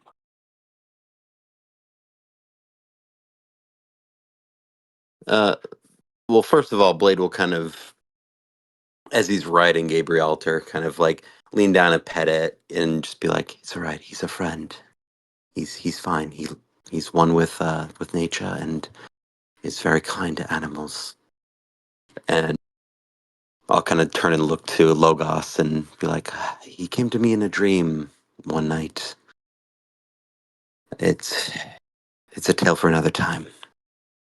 Again, Blade. Who said it first? Because now that's all he's gonna say. It's You guys Renward. gave me a cop out. Renward put that shit in his head, and now he's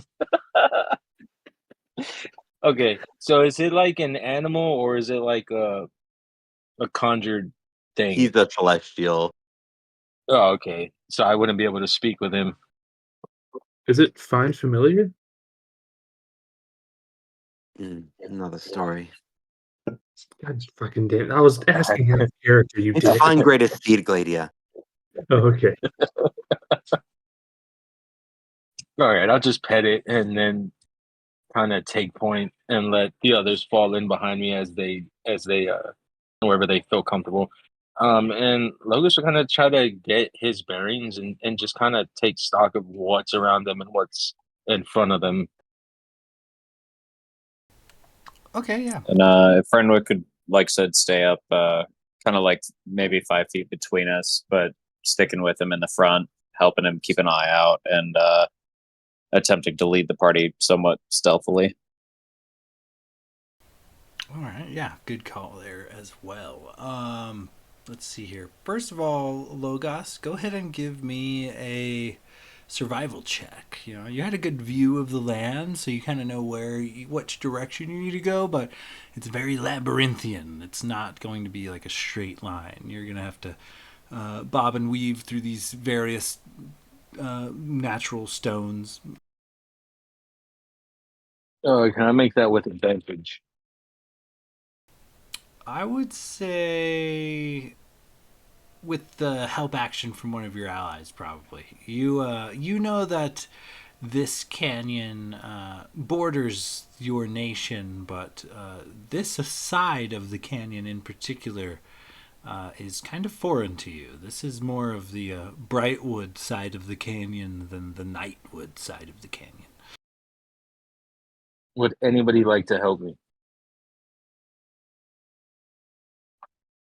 Your friends all look in different directions. Some of them kick dirt. I'm distracted by the celestial donkey, man. Wait, what do you need, fam? I can help you out. I got a great ass. Oh, God. Anybody else want to help? Did he say he has a great ass? No, That's Blade what I has heard. a great ass. Well, Great ass. I forgive. I ain't no plank. I'm trying to get us through this, and if you would like to help me, that'd be great. Yeah, I'll try and help. What the hell? Maybe I'll learn something. Oh my God. I shout from Okay, the back so of the group, like 15 feet away from you. Everyone's blind except for Locris. No, I'm just kidding. so it's a 16 total, and rolled an 8 plus 8, and then with the advantage, I rolled a 2. So I'm gonna use that 8 for 16 total. Okay, yeah, you're kind of leading the party, and like I said, it's these various rock formations and that gorge. You've got large stone walls on either side of you guys. Occasionally, the path goes from a comfortable 25 feet or so to a pretty narrow pass. You guys have to go in single file formation sometimes just to get through these kind of rock formations. But as you kind of make your way along this canyon floor,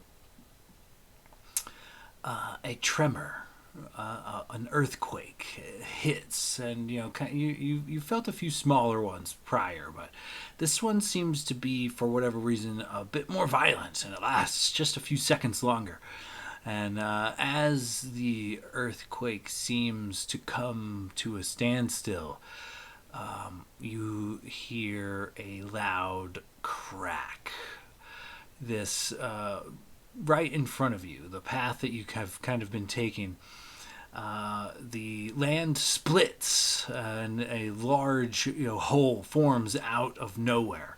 It's and not only that, but all of the sand that you guys are kind of standing on as you guys are kind of walking in this general vicinity, it slowly begins to move towards this massive split, this crack that just happened. And as it's slowly kind of comes around, the sand does kind of pick up speed and momentum, and you guys realize that you guys are essentially standing in a sea of moving sand, all of it barreling towards this massive crack in the ground. Everybody give me dexterity saving throws. Blade, since you're on your mount, you're going to have to use your mount's stats for this. Since we're walking in is it 5 feet or 10 feet from me? My saving throws thing. I'll say Or you. protection 10 feet. So anyone. So I don't know if Logus is within 10 feet of me since I'm at the end of the marching order and he's at the start. But whoever is within 10 feet of me would get a +5. So your aura does extend to both Blade and Locris, but not Logos or Renwick. Okay. So Blade gets a +5 on that. Yes. Or, I'm sorry, the newly announced Gabrielter.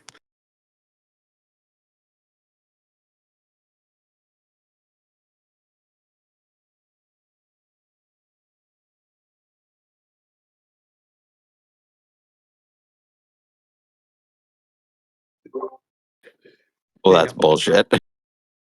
Oh, mine was more bullshit.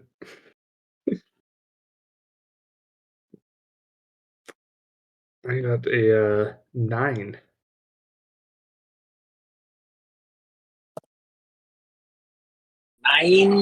Ouch. Okay, so Logos, as the sand kind of just begins moving around you, you're actually able to shift, and through your agility and acrobatics, you are capable of running on top of this sand briefly as it kind of deposits down into this hole. Locris, kind of a similar situation through a little bit of acrobatics and some athleticism. You manage to hold your own. You lean hard at an angle, and it seems to just kind of work out. Renwick, you are sliding towards this hole. The sand is pushing you. You're fighting it. You're jumping. You're clawing at the sand to try to do anything and everything you can to not fall in this hole. And it pushes you closer and closer and right to the edge.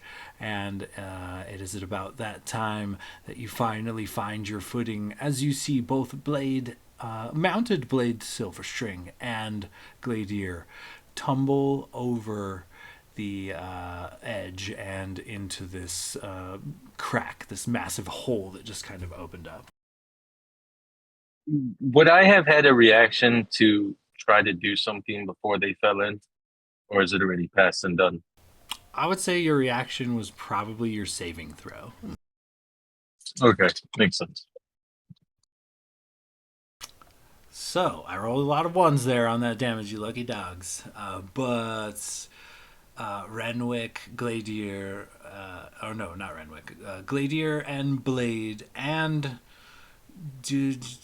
Gabrielter, all of you take 24 bludgeoning damage as you find your way quite hard to the bottom of a cave. Roughly, let's see, 100-foot drop or so. You guys find yourself in this. It's a completely like orb-shaped cave. It is like hard rock, not the soft sand you guys have been walking on, and it's completely in the shape of an orb. The only way in or out seems to be the crack in the top of the stone that just happened.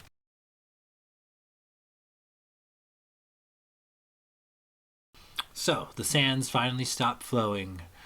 Lokris, Logos, and Renwick, you kind of look down this massive crack, and about 100 feet down in the bottom of this cavern are Blade, his mount, and Gladier. Lokris will go over towards the edge. Are you two done fucking around? Oh God, I think I bruised my ass. What do you mean by that? You didn't break your tail, did you? No. Blade's answering. Okay. And Renwick kind of peeks over and he says, "Doesn't that fancy new donkey of yours have wings? Do you want to cart the two of you fuckers back up here, or do you want me to drop 100-foot of rope down?" Do I want you to drop 100 foot of foe? No, he can fucking carry us. I'm surprised he fell in the first place, if I'm being honest. And he just looks over at Logris and shrugs. I mean, you would think the donkey would just fly before it fell, but alas.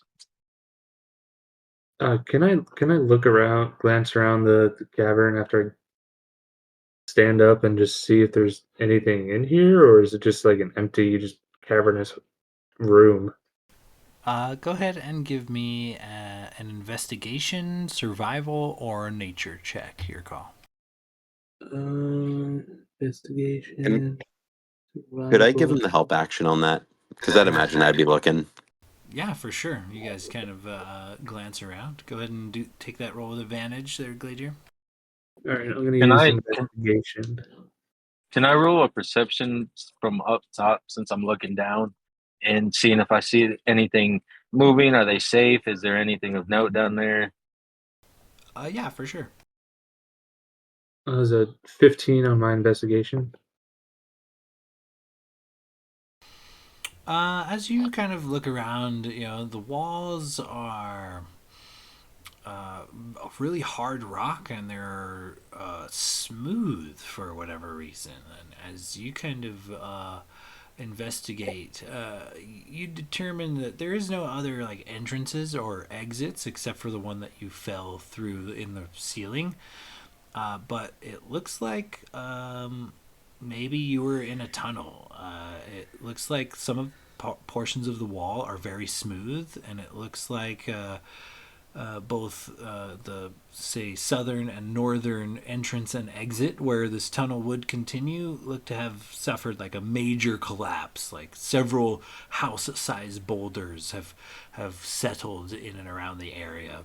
But you are stuck in an area where there's some real smooth stone. It looks like it could potentially be a massive tunnel that's just collapsed. Does it look like like man-made, like picks at this thing, or is it like too smooth to be like done by hand?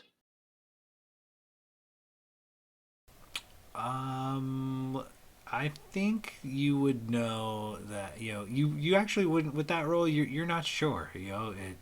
It's definitely it could have been a tool. It could have been a creature. You're not 100%.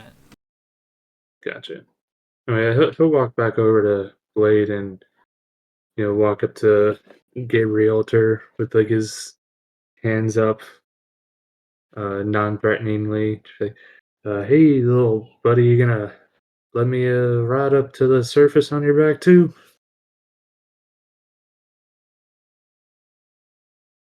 Blade will lean into Gabrielter's ear and be like, listen, I know he doesn't have a tail, but he's a dragon and you must respect him.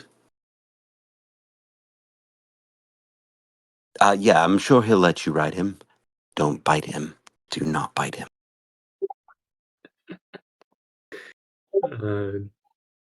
He'll just, gently climb up behind Blade on the flying donkey's ass and wait. Yeah. Guys, Yeah, you guys fly out of the hole, no problem. Logos, kind of looking in as you kind of see your party kind of investigating. With a 24, you're almost confident that not someone but something probably made this tunnel that they're in. It looks like a creature's burrow rather than man-made tools. You're pretty confident this was a large worm-like creature. Could I tell that? Did it just go by and that's what caused it to open, or is this something that like has happened a while back and it kind of finally collapsed in? I'll say give me a nature or an insight check.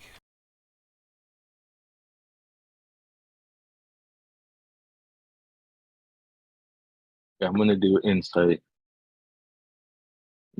That's a 16 plus 8 for 24.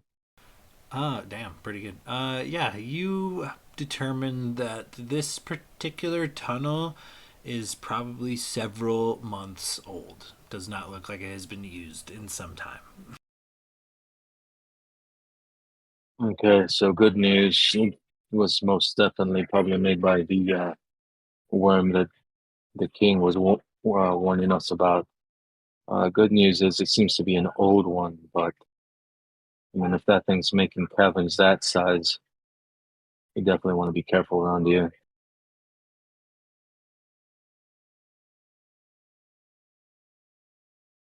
Yes, no rib movement.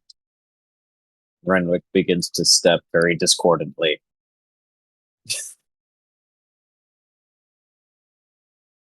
You know what? Logus is going to throw up a pass without a trace on us. Seeing the size of that cavern and hearing about the lizard folk, being a little spooked just to aid us out. I'm going to throw up a pass without a trace. Okay, yeah. Go ahead and give me some stealth rolls if you guys are proceeding forward stealthily.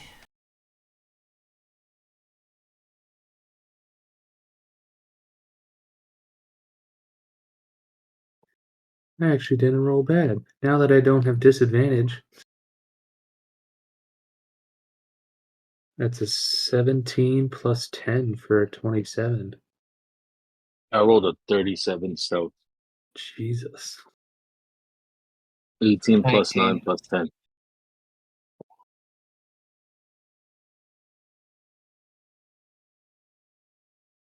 Me I'm, 7. I'm, Rolled another fucking 4.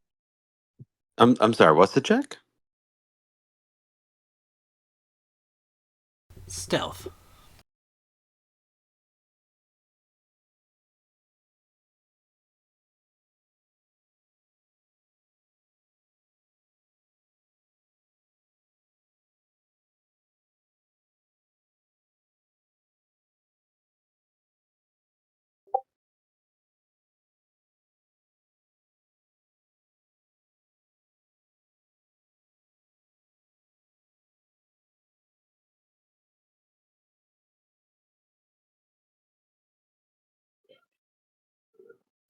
All right, so well, got some pretty good numbers out there, fellas. What did you get, Blade? Oh, very nice. Okay, yeah. I mean, I think Locris was the lowest with a whopping 19. That's pretty good rolls.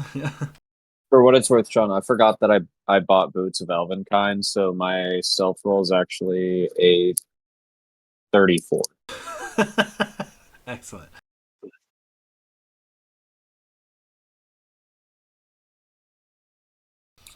So, as you guys kind of, continue forward after this little setback, you guys press onward. Logos, I'm going to need another survival check to kind of find your way through the canyon.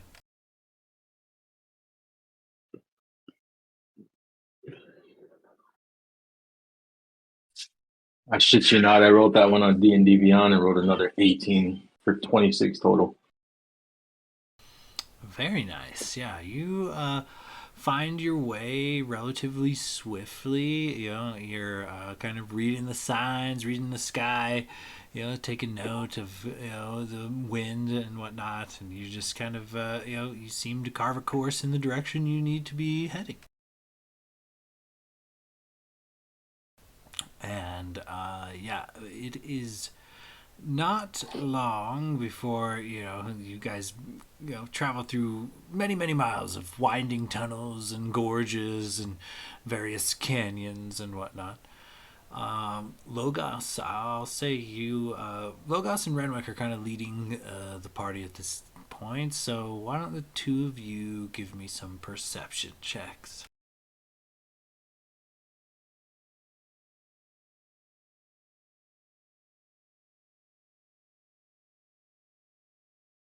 Natural fucking 20 for a 28, sir.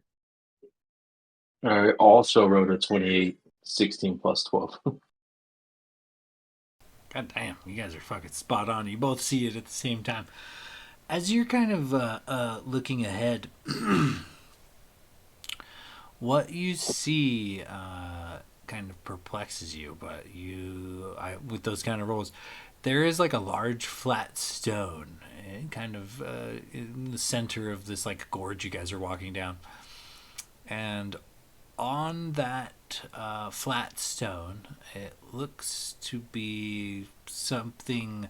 It resembles a baby. It looks swaddled with care in this leather and like fur kind of material, and it sits in the center of the road. But because of one of these arching like rock formations nearby, it's also for whatever reason in the shade.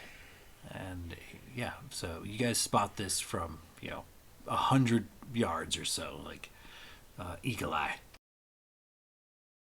Renwick just puts a hand over to you and like grabs you by the forearm, and it's just like, are you seeing what I'm seeing? That looks like a fucking sacrifice. They're gonna sacrifice that child. We've got to do something. Did we not run into something similar with the frog people sacrificing their young to the frog myth? Well, yeah. Now that you say that, it is oddly familiar. But well, fuck. What do we do? I mean, do we assume it's a trap? And what if it's not? Oh God. Renwick, I mean, what are the odds that a baby would just be left out in the middle of nowhere? One, this has to be a trap, or two, they are leaving it for something that may be coming as we speak for this. So either That's a fair point.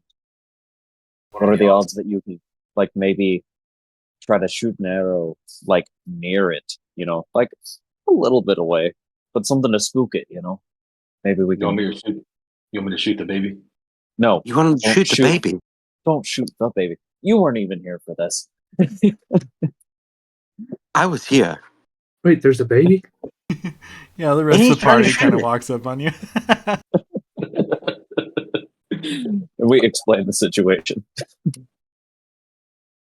As the Renwick and Logos kind of point the baby out to the rest of the party, it does kind of wiggle and move. It does look like the baby is moving about inside this carefully swaddled package. And Renwick just punches Logus in like the hip.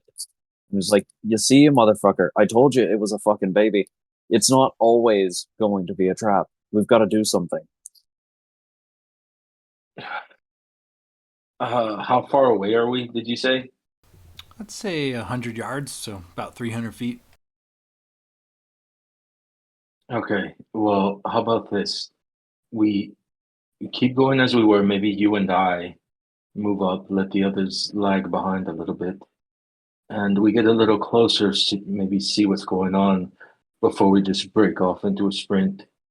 Because, I mean, it seems that at the very least, whatever is coming for it isn't anywhere near here. So maybe we move up a little bit closer, see if we can figure out what's going on. And if not, we break off, go grab it, and try to get it to safety.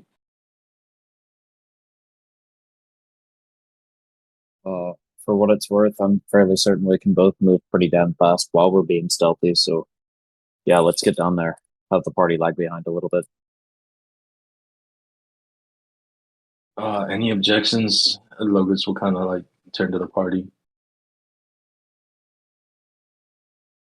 No, I mean, if it's a actual child in need and not some trap, then we gotta do something about it, right?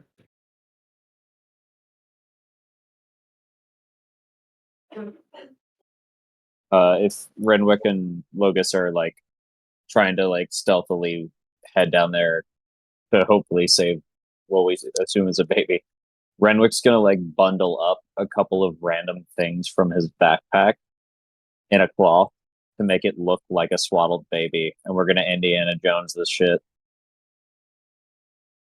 All right. All right, if that's the case. Okay. Logos and Renwick will break off, moving quickly but silently. Okay. You guys have some pretty decent stealth checks as you guys kind of move forward. I will say where this particular stone and baby have been placed, while your stealth checks will definitely apply to how quiet you are moving, you are essentially moving out into the open. There, it is a bit wider in this little kind of gorge you're walking out to here. There is no cover. There is no place to hide. You know, you will be kind of exposing yourself, silent as you might be moving, if you do want to continue this course of action. Yes, and I have something for that, sir. Renwick, as we get close, is going to use the Dust of Disappearance. So, found in a small packet, this powder resembles very fine sand. There's enough for one use. When you use it, an action to throw the dust in the air, you and each creature and object within 10 feet of you become invisible for 2d4 minutes. The duration is the same for all subjects, and the dust is consumed when its magic takes effect. If a creature is affected by the dust, attacks or cast a spell, the invisibility ends. So basically, he and I, unless we attack or cast a spell, are both invisible for 2d4 minutes.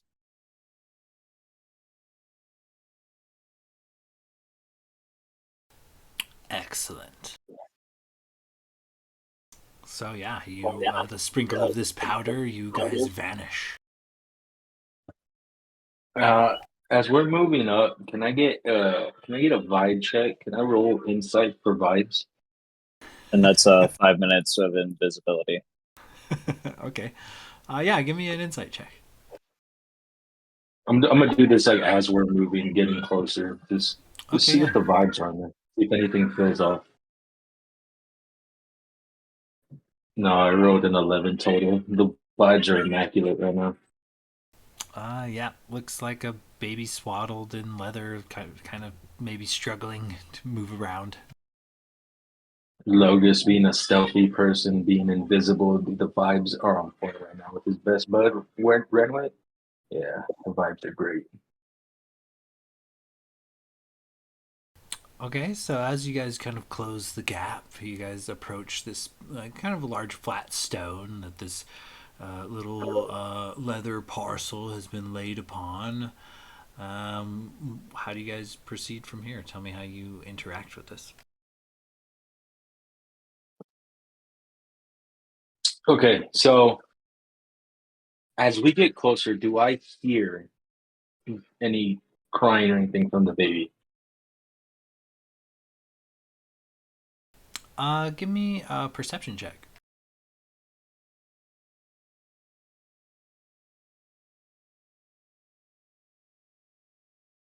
And Sean, because we knew, like, we were told about these worms, would we have any knowledge of their ability in terms of, like, I guess, perception? Like, would our characters have any idea if they have like any sort of like ability to like sense the tremors since they're crawling through the earth? Give me like a history check real quick on that.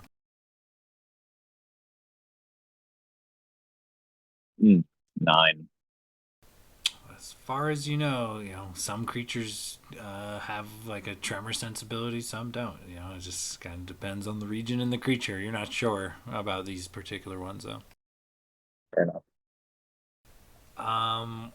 With that perception check, the baby doesn't seem to cry. Just kind of the little swaddled leather kind of moves here and there, like a little struggle, like just like repositioning. It wiggles every once in a while, but for the most part, it's pretty docile.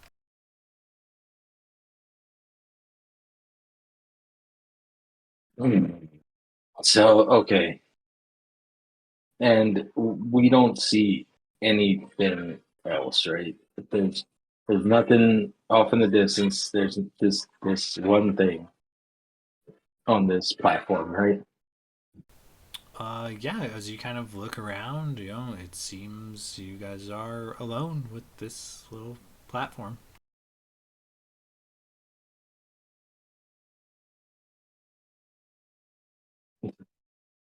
Logus will kind of like whisper to Renwick, Renwick, this is weird. I don't know. Yeah, it doesn't feel right. It's out in the open. There's these massive tunnels. I mean, we've dealt with some creatures in the past that could sense our movement when we were stepping. If you remember that bootlet way back in the day. And he kind of stops and looks back. And do you think we should have Blade just maybe try to fly in, or Mage Hand or something? Just, I don't know. It doesn't feel right.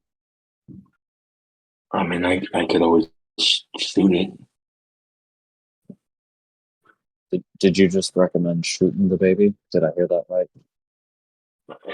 Look, it's not making any noises. The thing's just wiggling around. It's covered by a blanket. We don't know that it's a baby.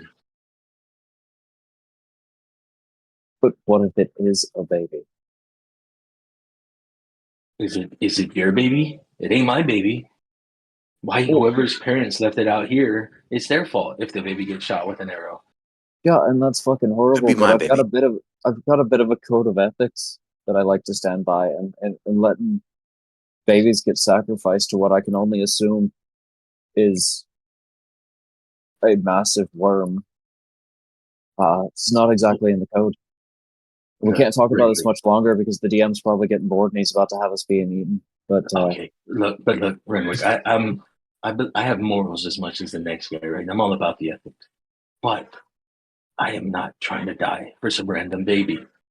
So at this point, we either fuck it and go grab it, or we just shoot it and see what happens. I don't think you shoot the baby. I'll say that much. What you do with that information is up to you. Do you want me to go grab it? We can't leave it here. All right then. Well, enough lollygagging. And Logus will kind of use the cloak to just walk up the side of the platform and grab the baby. Okay, yeah, you grab this, swaddled leather package. You feel it kind of moving around inside, but essentially no reaction.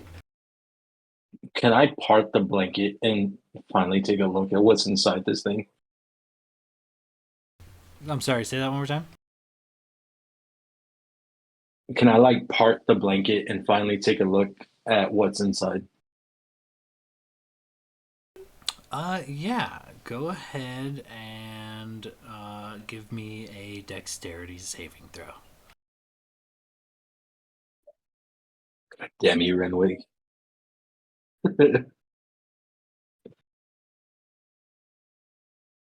Oh, fuck me, man. That's an 11 total.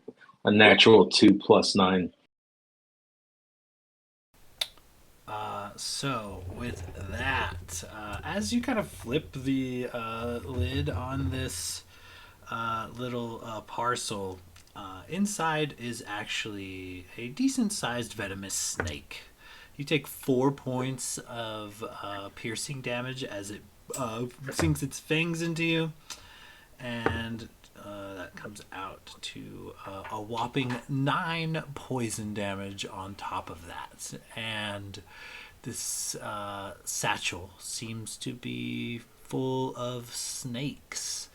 As you kind of drop the satchel as you're freshly bit, a couple of other snakes kind of slither out and realizing you're not prey, kind of begin to make their way away from you.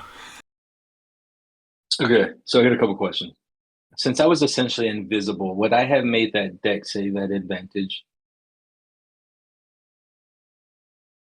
That's a fair assumption. I think the snake is more one of those animals that senses heat. However, I think it would be your hand coming across the flap would be give it a reason to strike.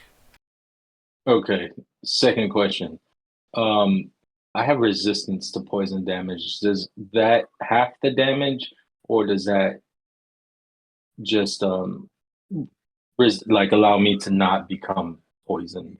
There's no poison status effect with this particular bite. It's just the poison damage. So yeah, you could half the poison damage for sure. Okay, third question. Am I now visible now that I've been injured? I do believe so. Okay. Fuck, Renwick! God, I told you, it's fucking a bag full of snakes. Can I hold an action? Yeah, what's up? Later just want to kind of start like getting a spell prepared. Sanctuary. It's the first level spell. To see, and while I'm doing that, kind of like look around to see if I see like anything coming. Like if maybe this was some sort of trap, but like I just like if I see that it looks like it's a trap and like maybe someone's coming out of the woods to attack Logus now that he's up there, I want to cast Sanctuary on him. Okay, give me a perception check. You're kind of at the back of this whole scenario, so give me a perception check there, Gladier. Boy. Logus is gonna produce flame cantrip and set the bag of snakes on fire. That's only a 10 on perception. Yeah, so as the you set the leather parcel on fire, some of the snakes slither away. Gladier, as you're kind of ready in action and you look around, you don't see anything. Yeah, but suddenly everything's quiet. Maybe a little too quiet for your liking as you kind of look around. Logus is picking off the snakes that didn't burn alive with his arrows. All right, yeah. Give me an attack roll.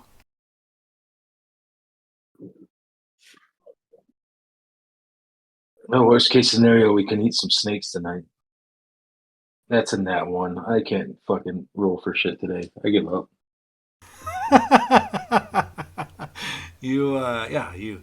You aim true to loose an arrow, and for whatever reason, at the very last second, the snake dives into like a nearby crack or hole and is gone, and the arrow clangs off the rock. It's a badass snake. I've killed fucking dragons and all kinds of things. Can't hit a snake. Son of a bitch. Ram just calls out, you should probably get the fuck out of there. Who said that? Lucas will run back towards where he assumed Renwick was. Yeah, as Logos kind of makes his way back, Locris and Blade, go ahead and give me some perception checks.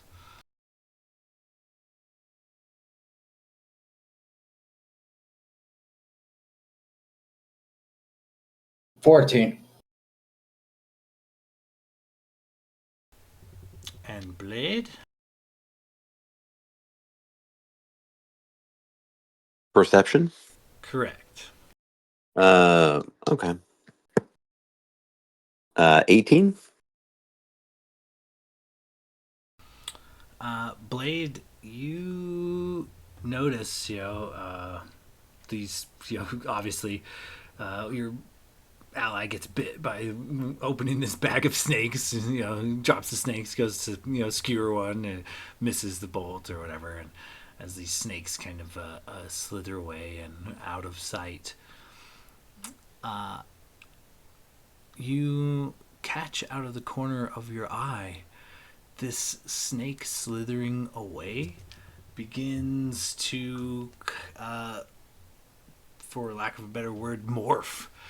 This snake quickly, within just a second of getting behind what it thinks is a rock, a suitable cover, this snake suddenly becomes human sized and it develops like a human torso and arms and puts to her lips a small horn which she blows.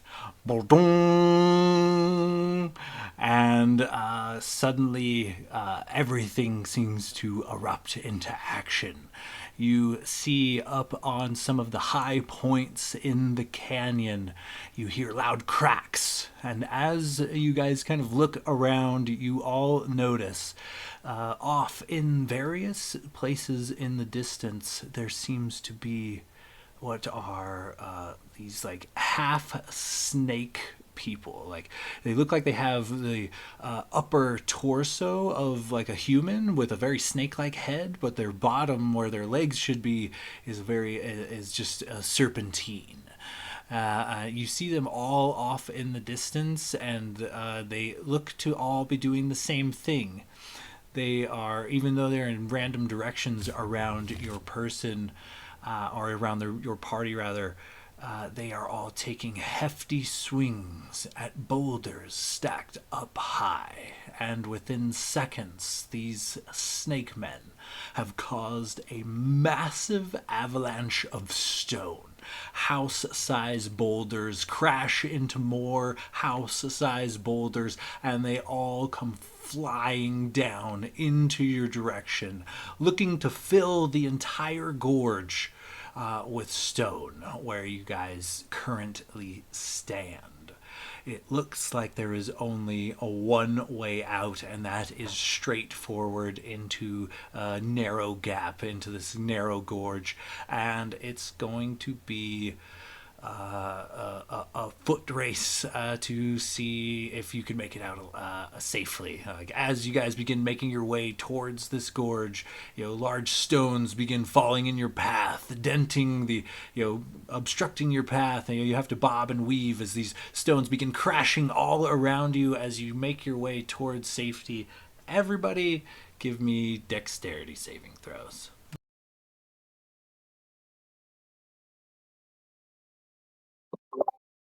Are we all kind of like were we able to run through this in a group of people, like a huddled group? Yeah, I'd say you're one of the faster members. You could pace yourself with everybody and make sure your aura is spread thusly. Yeah, yeah. Try and get like within 10 feet of everyone. Just stay in the middle and give my homies a +5. It's a +5. Holy shit, dude. Yeah. Yeah, my aura's improved now that I'm level 12. That is sick. That's a 30 for Renwick. Natural 20 for me for a 26. Becomes a 19 for Locris.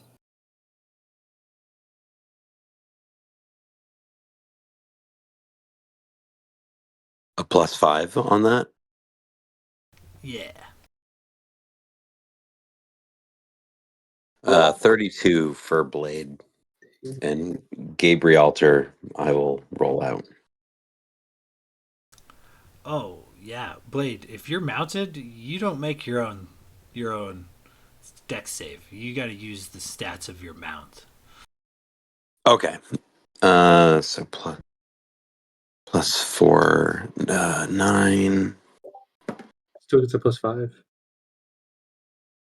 plus 5.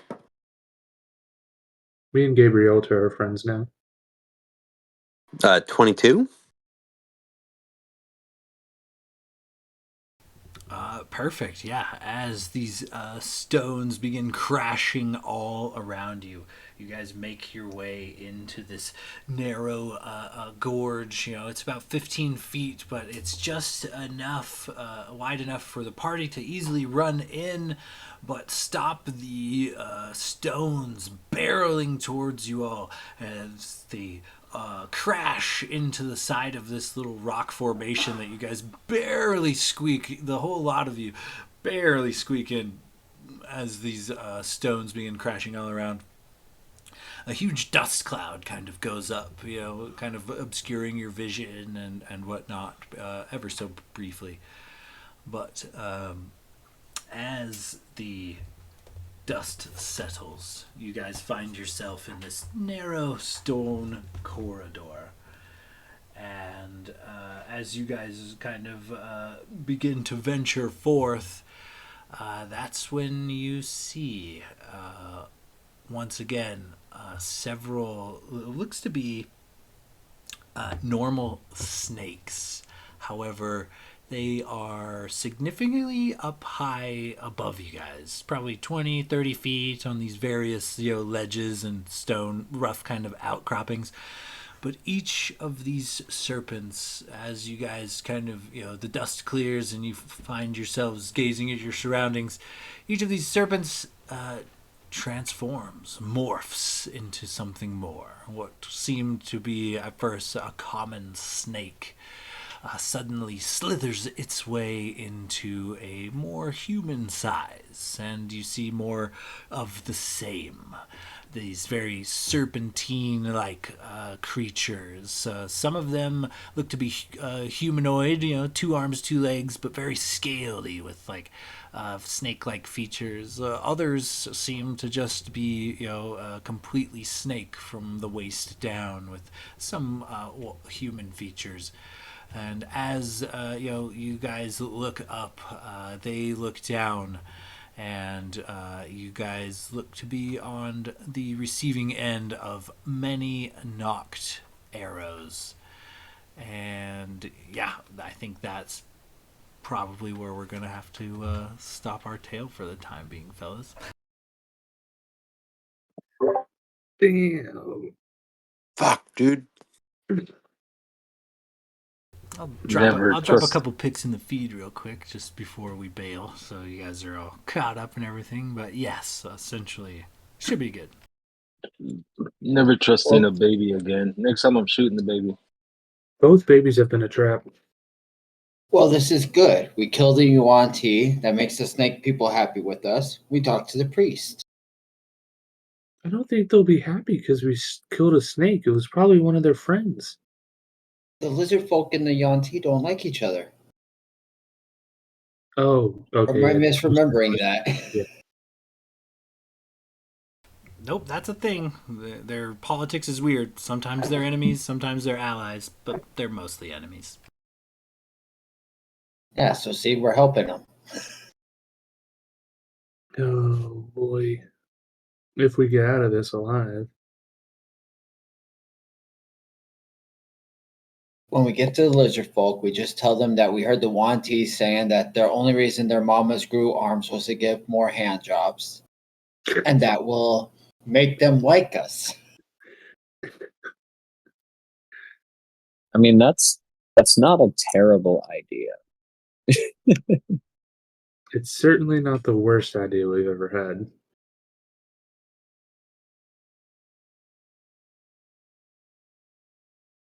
I should have known it was something different when I had to roll to hit a fucking snake. Oh boy. Holy shit. So, just to drop what will be the beginning of the battle map. So a bunch of stone has fallen and kind of collapsed the way behind you. You cannot go backwards. The only way out is forwards. You'll notice several Yanti standing roughly 20 feet above on this like sheer rock wall. The ones to your left, the kind of like red 1 through 5, look to be wielding various bows. The green ones kind of to the right, the 1 through 5 look to be wielding melee weapons. They look to have scimitars in their belts. And then 1 and 2, you guys notice like as you kind of venture down this gorge, the only way out. 1 and 2 at the end happen to be these big, beefy, very muscle-bound Yanti. They have these shoulder pauldrons, and each of them wields a glaive, and they seem to be, closing the distance as well. So, just so you guys are aware of what the setup will be next time. You guys have found yourselves in quite a predicament, so I think we will start next session with some initiative. So I got a question. 50% serious, 50% joking. If Logus wild shapes into a honey badger, does he get advantage on attacks? In their snake form, sure.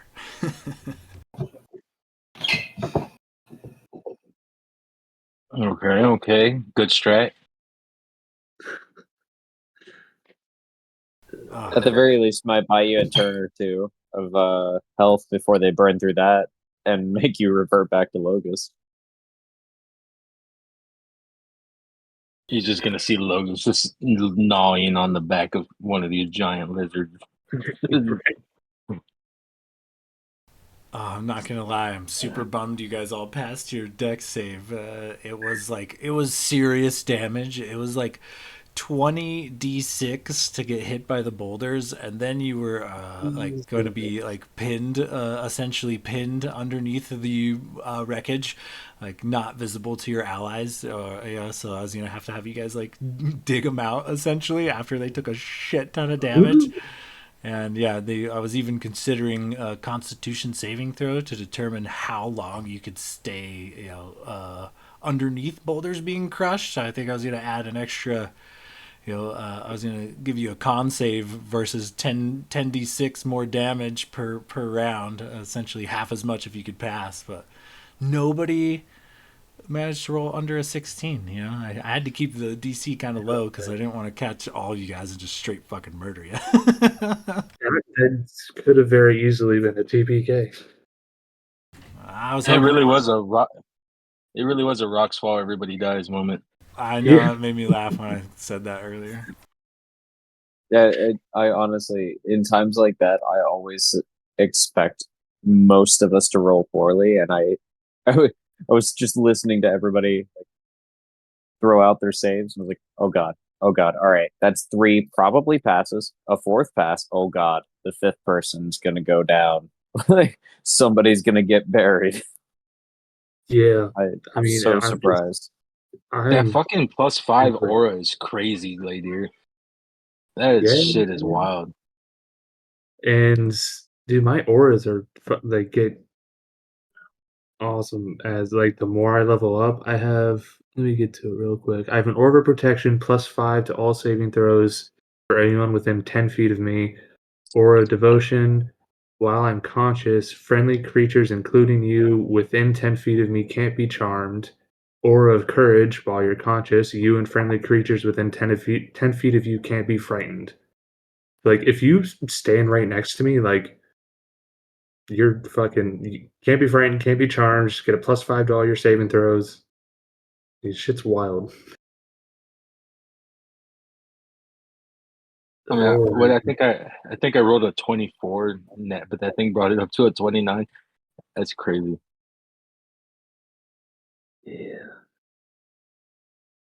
Yeah, Shit. I was worried about the baby scenario, but I figured the Yanti are kind of devious. They would totally use like infants to try to lure you guys in, but also their natural shape shifting ability into snakes. I wasn't sure, if I put them in the package. I figured it doesn't matter if they like stealth up on it or they're super invisible or something. Like if the Yanti are the snakes in the package, you know what I mean? Like so, I was like just waiting for you guys to interact with the bag just enough, one way or the other, But you guys probably would You have got away bastard. if you went with Logus's original thing, which was to just kill it. Like you probably would not have triggered that trap. Oh, that that hurts. Because as I like when I did the dust of disappearance to cover us, I immediately went to our like PC chat and was like, "Motherfucker." He laughed, which means there's like a worm with fucking tremor sense or something.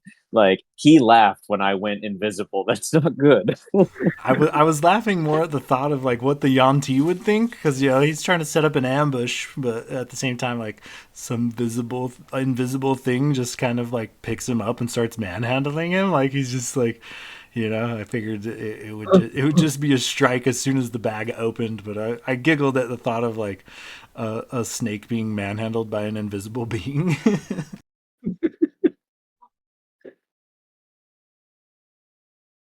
Damn. That I was Well told you fun. played, sir. nobody ever listens to me, man. Next time we shoot the baby, I don't care. All Yeah, right. that's Yeah. the one time Well, it's a real baby. next time I guess you get to shoot the baby. Sean's gonna put an actual baby in there now, Yeah, and I I'm was gonna say, but now that you've told him that, God, It'll just be one of Blade's orphans. It'll be fine. There's a million of them. Oh no. Oh yes, you'll That see him next somehow week. makes it worse. you see, No, Blaze like, I don't need that child support. Kill them all. Good lord. take him down. You're helping me. The more I hear of Blade, the more I'm convinced he's the BBEG. Dude, Blade is a menace, dude. I just know it. Y'all will see in time. A tale for another day. Watch his parents be like two librarians that have like never done anything wrong their entire life, and he had the perfect childhood growing up. He just wanted to go play music.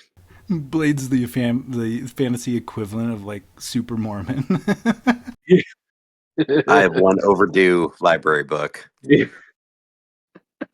That's why he had He to leave his rebelled. hometown. That one library book overdue is just too much shame for the family. He I intend to make it rebuilt too. so hard. He's on Rumspringer. That's what he's Like his adventure. maybe like this is technically the last arc, and level 16 through 20 is just us following Blade around on his tour around the world. That's why like we're all high level and shit. Just follow me. You'll go We turn places. into his bodyguards. That's our job. Every session is Like just a new venue with some drunk fan. the story is there is no story. Blade never had a story. The story Oh, is there's that his you card. guys all developed like mental illness and developed this weird fantasy friend named Blade that's not a real person. You guys have like this. You guys are like end the arc 5 in like a mental asylum as you guys kind of like rock back and forth talking about Blade. Our joint hallucination of Blade Silverstring and his flying donkey. He said something about an iPhone 16. What even the fuck is that? Oh, Jesus Christ. Oh, you guys are too funny. All right, guys, I'm gonna get out of here for the night. Keep in touch. Let's do this crazy thing again. Yeah. All right, thanks, Sean. That was fun. Yes, thanks, Sean. Later, guys. that boys.